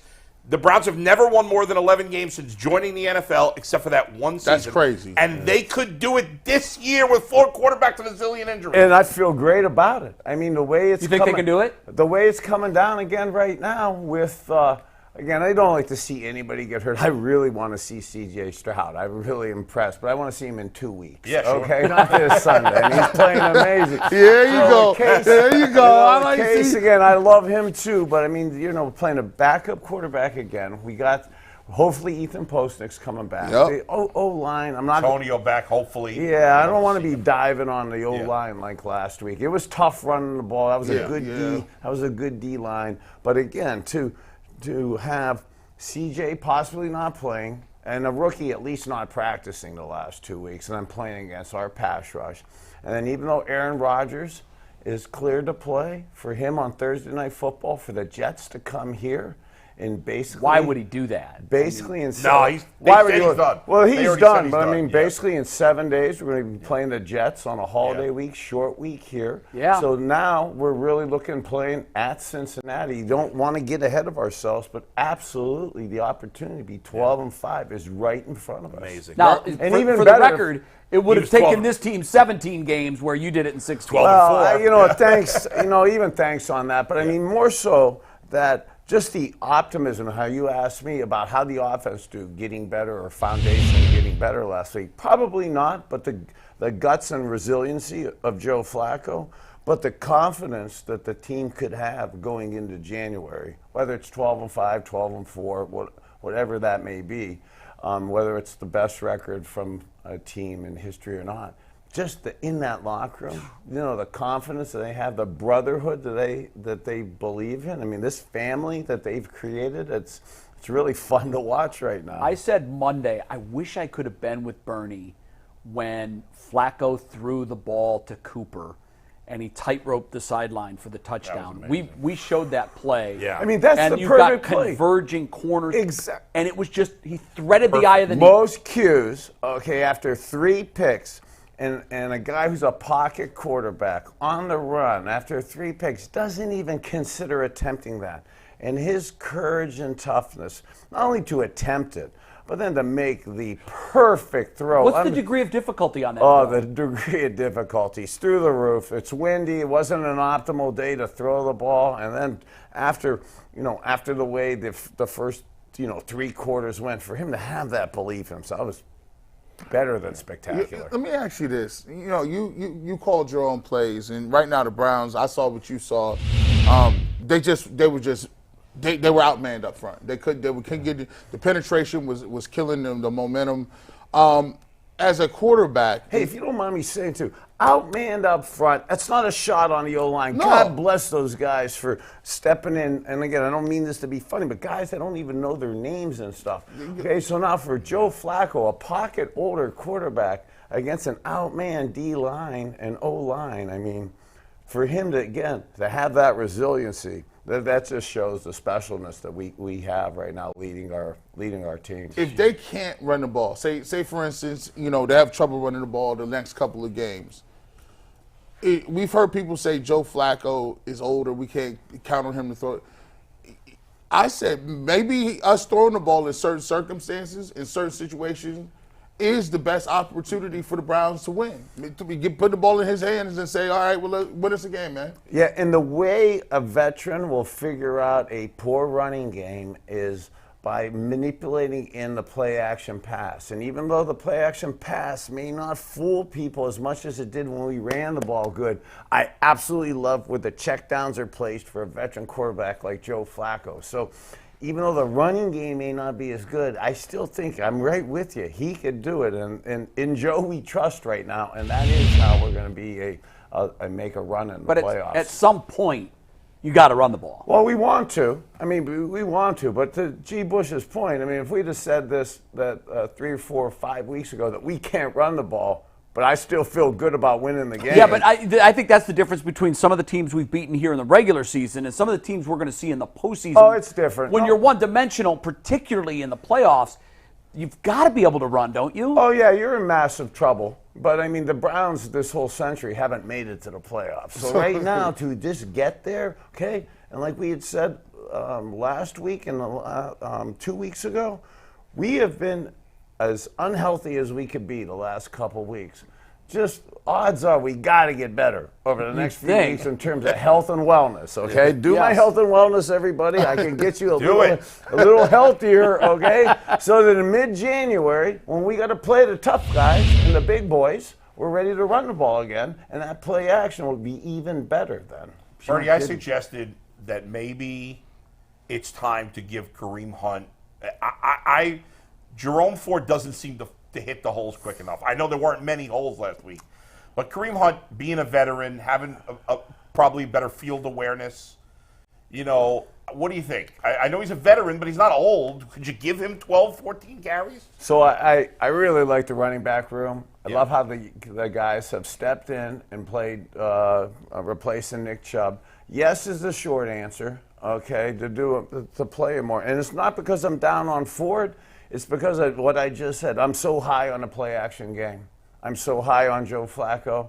And when you have a creative kind of guy who understands the offense and how you kind of astutely said, knows where to go, it's almost like my boy Leroy Horde, okay? I Kareem out there with Joe Flacco. I think in the play-action game and check downs and in the passing game with Coach Stefanski will be able to do some special things with that. One of the things that I don't know we've talked with you about is the fact that this seems to be Kevin Stefanski's comfort zone offensively. Do you see that and feel that too? Like this play action fake and more of a pocket passer? He seems to be more in a play calling rhythm. Under center too. Under center. Oh, I love it. I think this is, if he could dream it up in a laboratory, I think this is the offense Kevin feels most comfortable running. Well, Coach Stefanski, go back to the Minnesota Vikings days. Okay, his kind of mentor is Gary Kubiak. Right. Okay, Gary Kubiak runs this type system and stuff. Joe Flacco spent some time with Gary Kubiak, so he's a little bit versed in that. We You know, I'd never put that connection together, but he had. Yeah, so then that pieces that kind of relationship together. There's the respect factor, but I absolutely concur with you in terms of this is kind of the sweet spot of their play calling. And I'll look right in the camera for this, for young offensive coordinators out there and for young people putting an offense together. So help me God, get under center like Jay Crawford's talking about. You can't be in the shotgun your whole life like that. So running the ball, play action, being able to do that. Coach Stefanski and Joe Flacco are on point right now with their schemes, and they're going to scheme guys good, and I'm ready for the playoffs for that stuff. I'm getting goosebumps, Liz. The more I listen to you talk, the more optimistic I become about where those this team can those go. two are going to come up with game plans. They'll be ready. Yeah. Bernie, when this late in the season, everybody, like beyond the guys who are hurt and can't play, everybody's banged up, right? Like, how do you? Are you so motivated by the thought of postseason that gets you through? How does a player, especially a young player that doesn't have the experience, push themselves through all the minor bumps and bruises to get through the rest of the season? So at this time of the year, and this sounds, God, I'm so blessed. We're talking about the late third quarter, early fourth quarter of my life. It's the holiday season. I want to give back. It's such a great time to give in that. Those young kids better know that this is the greatest gift of their life, and nothing in the world matters other than these games. Do they know that? They better know that, or they shouldn't be around here long. And we won't play long into the off season, but if guys think like that. So there's veteran guys, Joe Flacco coming around, this kind of resurgence of a veteran guy, the Myles Garrett leadership, the leadership of some, I think the veteran guys are going to make sure that doesn't happen. And then just like myself, I'm an old man and I'm excited, okay, about the playoffs. These guys now, they come to work and know that they're going to be playing in the playoffs, that they have a chance to make a difference. Yeah. This isn't just a smokescreen and rhetoric for TV. These guys believe they could win. I sat next to Grant Delpit at the Cavs game last night. I mean, you know, he's hurt. God, he had a surgery, 6-7 days ago. Is he going to be able to come back for the playoffs? I hope so. God, I hope so. Yeah. I mean, he's a Pro Bowler. He had an amazing year. I mean, these guys are truly a family, and it goes to those OTAs off season, going down to West Virginia. These guys work. Yeah, it worked. They care about each other. Yeah, that's true. So, when you talk about that feeling, it's weird. Like you mentioned that. I remember in high school playing in just state championships, and it's Thanksgiving and Christmas and all states coming out, and you know how it is at Youngstown. You're looking around who you're going to play. You're looking at your rankings, and you just feel this, like you feel like you could do anything. What is the difference in that locker room when you know you are a contender and you feel that confidence level compared to other things? I mean, just like we're talking about. I mean, look, I'm out of this game almost a 30-year anniversary of the Super Bowl, 40-year anniversary of the national championship. In between was all that Brown stuff and the massive electricity that's running through my body, getting excited for the playoffs and stuff, and I ain't even playing. So for sure, that young kid, that college kid here, it's been too long, the bumps and bruises, and they may not have the energy and stuff. God, that electricity that goes through them, that adrenaline, kind of that cockiness. Hey, it's cool. I'm it. I'm the only guy playing, and that I believe that type of energy is absolutely going to galvanize these younger players. You've been a part of so many successful teams. You mentioned Miami, here in Cleveland, then on to Dallas. I'm wondering, what is an intangible characteristic that all of those teams had that you think without it would not have been as successful as they were? And I'm not talking about the talent. Obviously, the talent is that's the building blocks to it. You've got to have that. But the intangible characteristics, whether it's camaraderie or whatever that is, what is that characteristic that a championship team must have? Yeah, that's a great point. And talent has to come with it. But boy, that just some of the stuff we're talking about. That super heart, that belief, that love for the guy next to you, that family that's been created now. It's just, in a positive way, this kind of us against the world mentality, this kind of nothing else matters but the team, but winning.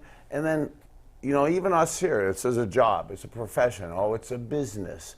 You know, now those teams, when you get to this level, it's not a job to show up on December 22nd. It is not a job to get on the airplane on December 23rd to fly down to Houston to play a football game on Christmas Eve. Most people would say, "Oh, that's."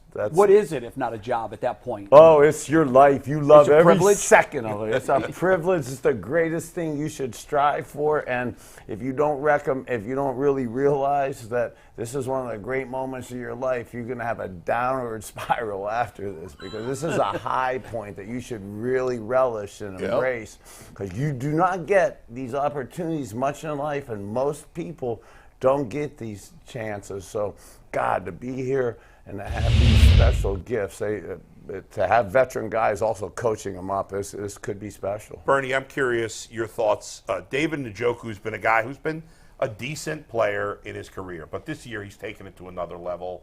He is. You're gonna make my smiles and my I think he's a Pro Bowler. For sure. Outside of Kelsey, I don't think there's anybody better in the AFC. And I mean, especially the last couple of weeks, he is totally locked in with Flacco.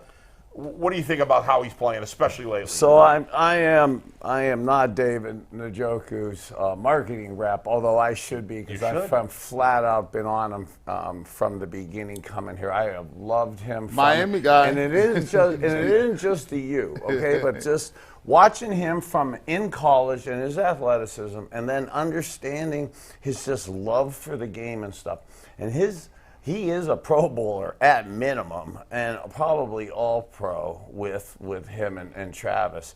And you guys know how much I love the Kelseys and Travis and stuff. Two-way blocking, what David Njoku was doing in the run game is beyond special. And then how to be a dominant pass-catching tight end and leadership, that's one of the guys absolutely gluing the leadership together. I think he's playing like Kittle this year, because Kittle's a great two-way player. He's a great blocker. I feel like he's playing at that level. God, could I see 13 personnel with Kittle, Travis Kelce, and David Njoku? I mean, you conceively, I'm not trying to overdo this, because I lust after tight ends. I mean, that was my sweet spot. Sure, you did. You just probably named three of the top 6-7 weapons in the from a pass through. And that catch he made back of the end zone last week. I mean, top tier. We know that's part of his tool bag, but oftentimes that gets overlooked when his production hasn't been there. But then he makes a catch like that, and you're like, that's why he makes the money he makes. That's it. Well, it makes the money, but then just why the team is, I believe, where we're at this level. You get a guy like that making plays, a guy like that galvanizing and keeping the team together in the locker room as a family and stuff. And then flat out with line issues and tackle issues, he's the tight end right there, inline tight end, chipping, banging, making sure stuff doesn't happen.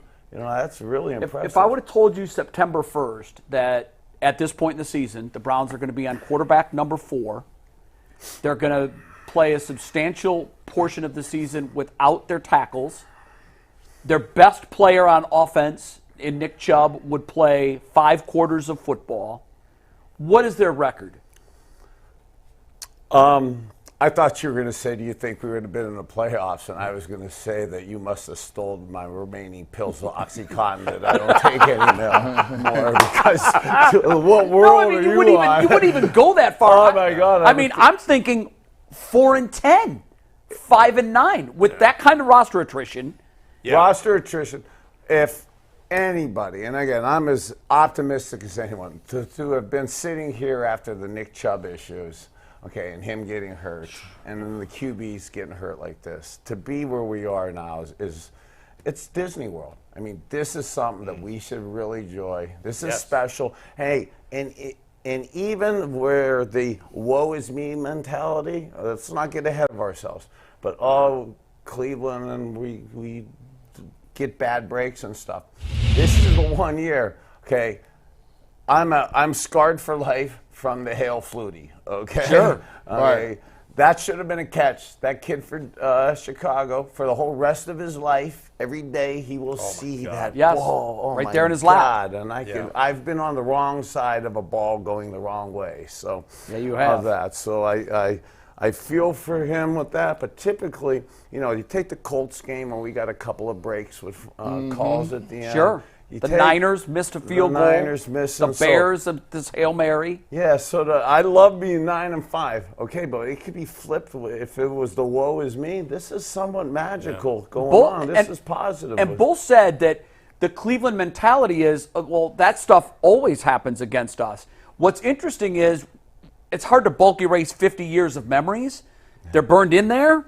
Oh, they're burned in there. But, yeah, I mean, you and I both know that. But what's interesting is the more things start to go your way, you start expecting, those breaks are going to continue. Yeah. And when you figure out, like, not only where this team is sitting today, they've beaten the 1 seed in the NFC and the 1 seed in the AFC. Why not all the way? Right. Why not let's just take this thing to Disney and make it the magical year? Hey, we sat here last week, 2 weeks ago, not wanting to be the homers, not trying to hype up the offseason, the postseason. Nobody wants to play the Cleveland Browns in January. That's right. No. That front, the front on defense, okay, and I believe we will be running the ball by January.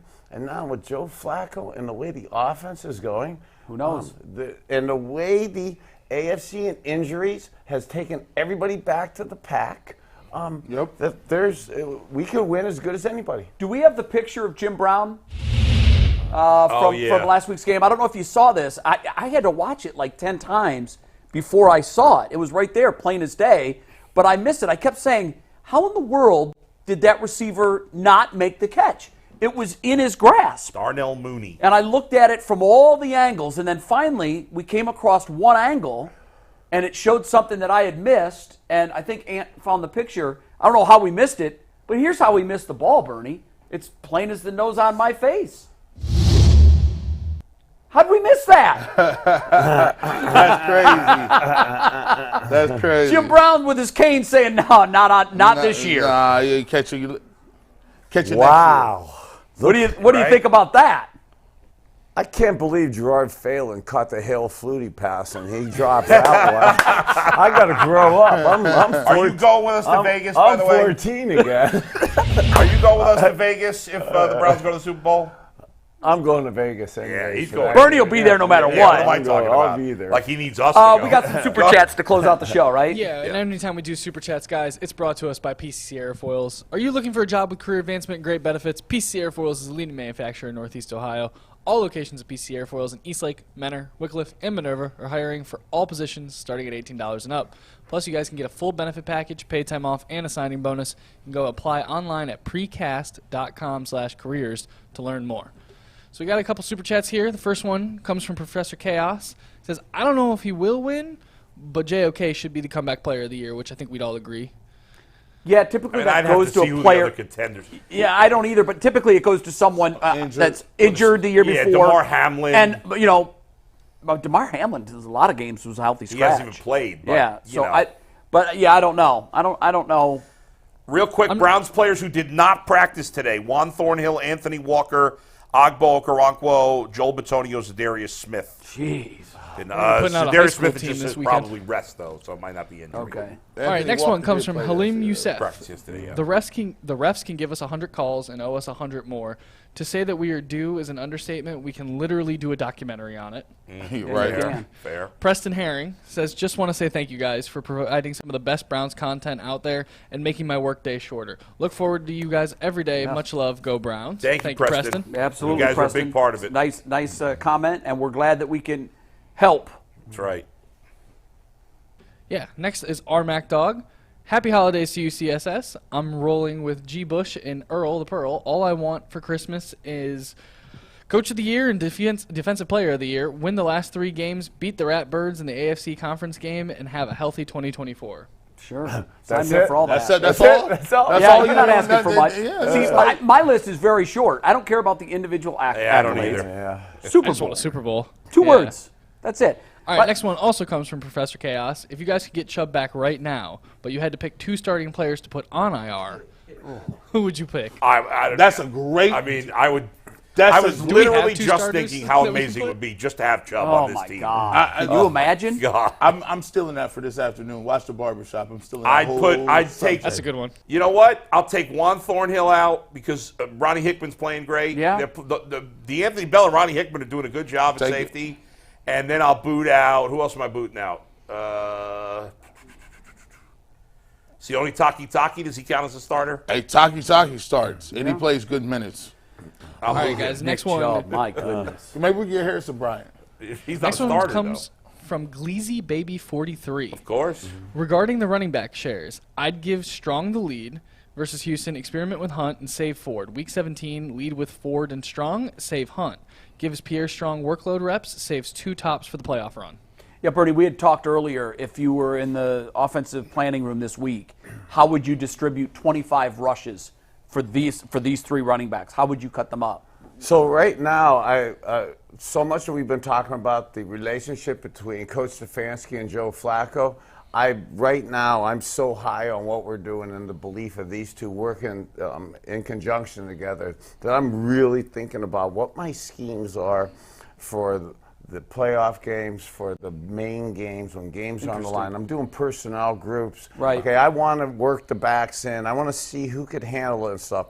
But I'm flat out putting stuff on film that I want teams to see me doing. Interesting. And I may not put certain things on film that I don't want Save. teams to see. That's called playing chess. This is chess instead right of checkers. now. This That's- is I great like stuff, that Bernie. answer. big boys. I like that answer. All right, up Bernie, over- thanks as always. Tweet us Happy your questions holidays. for overtime. And we'll see you next week.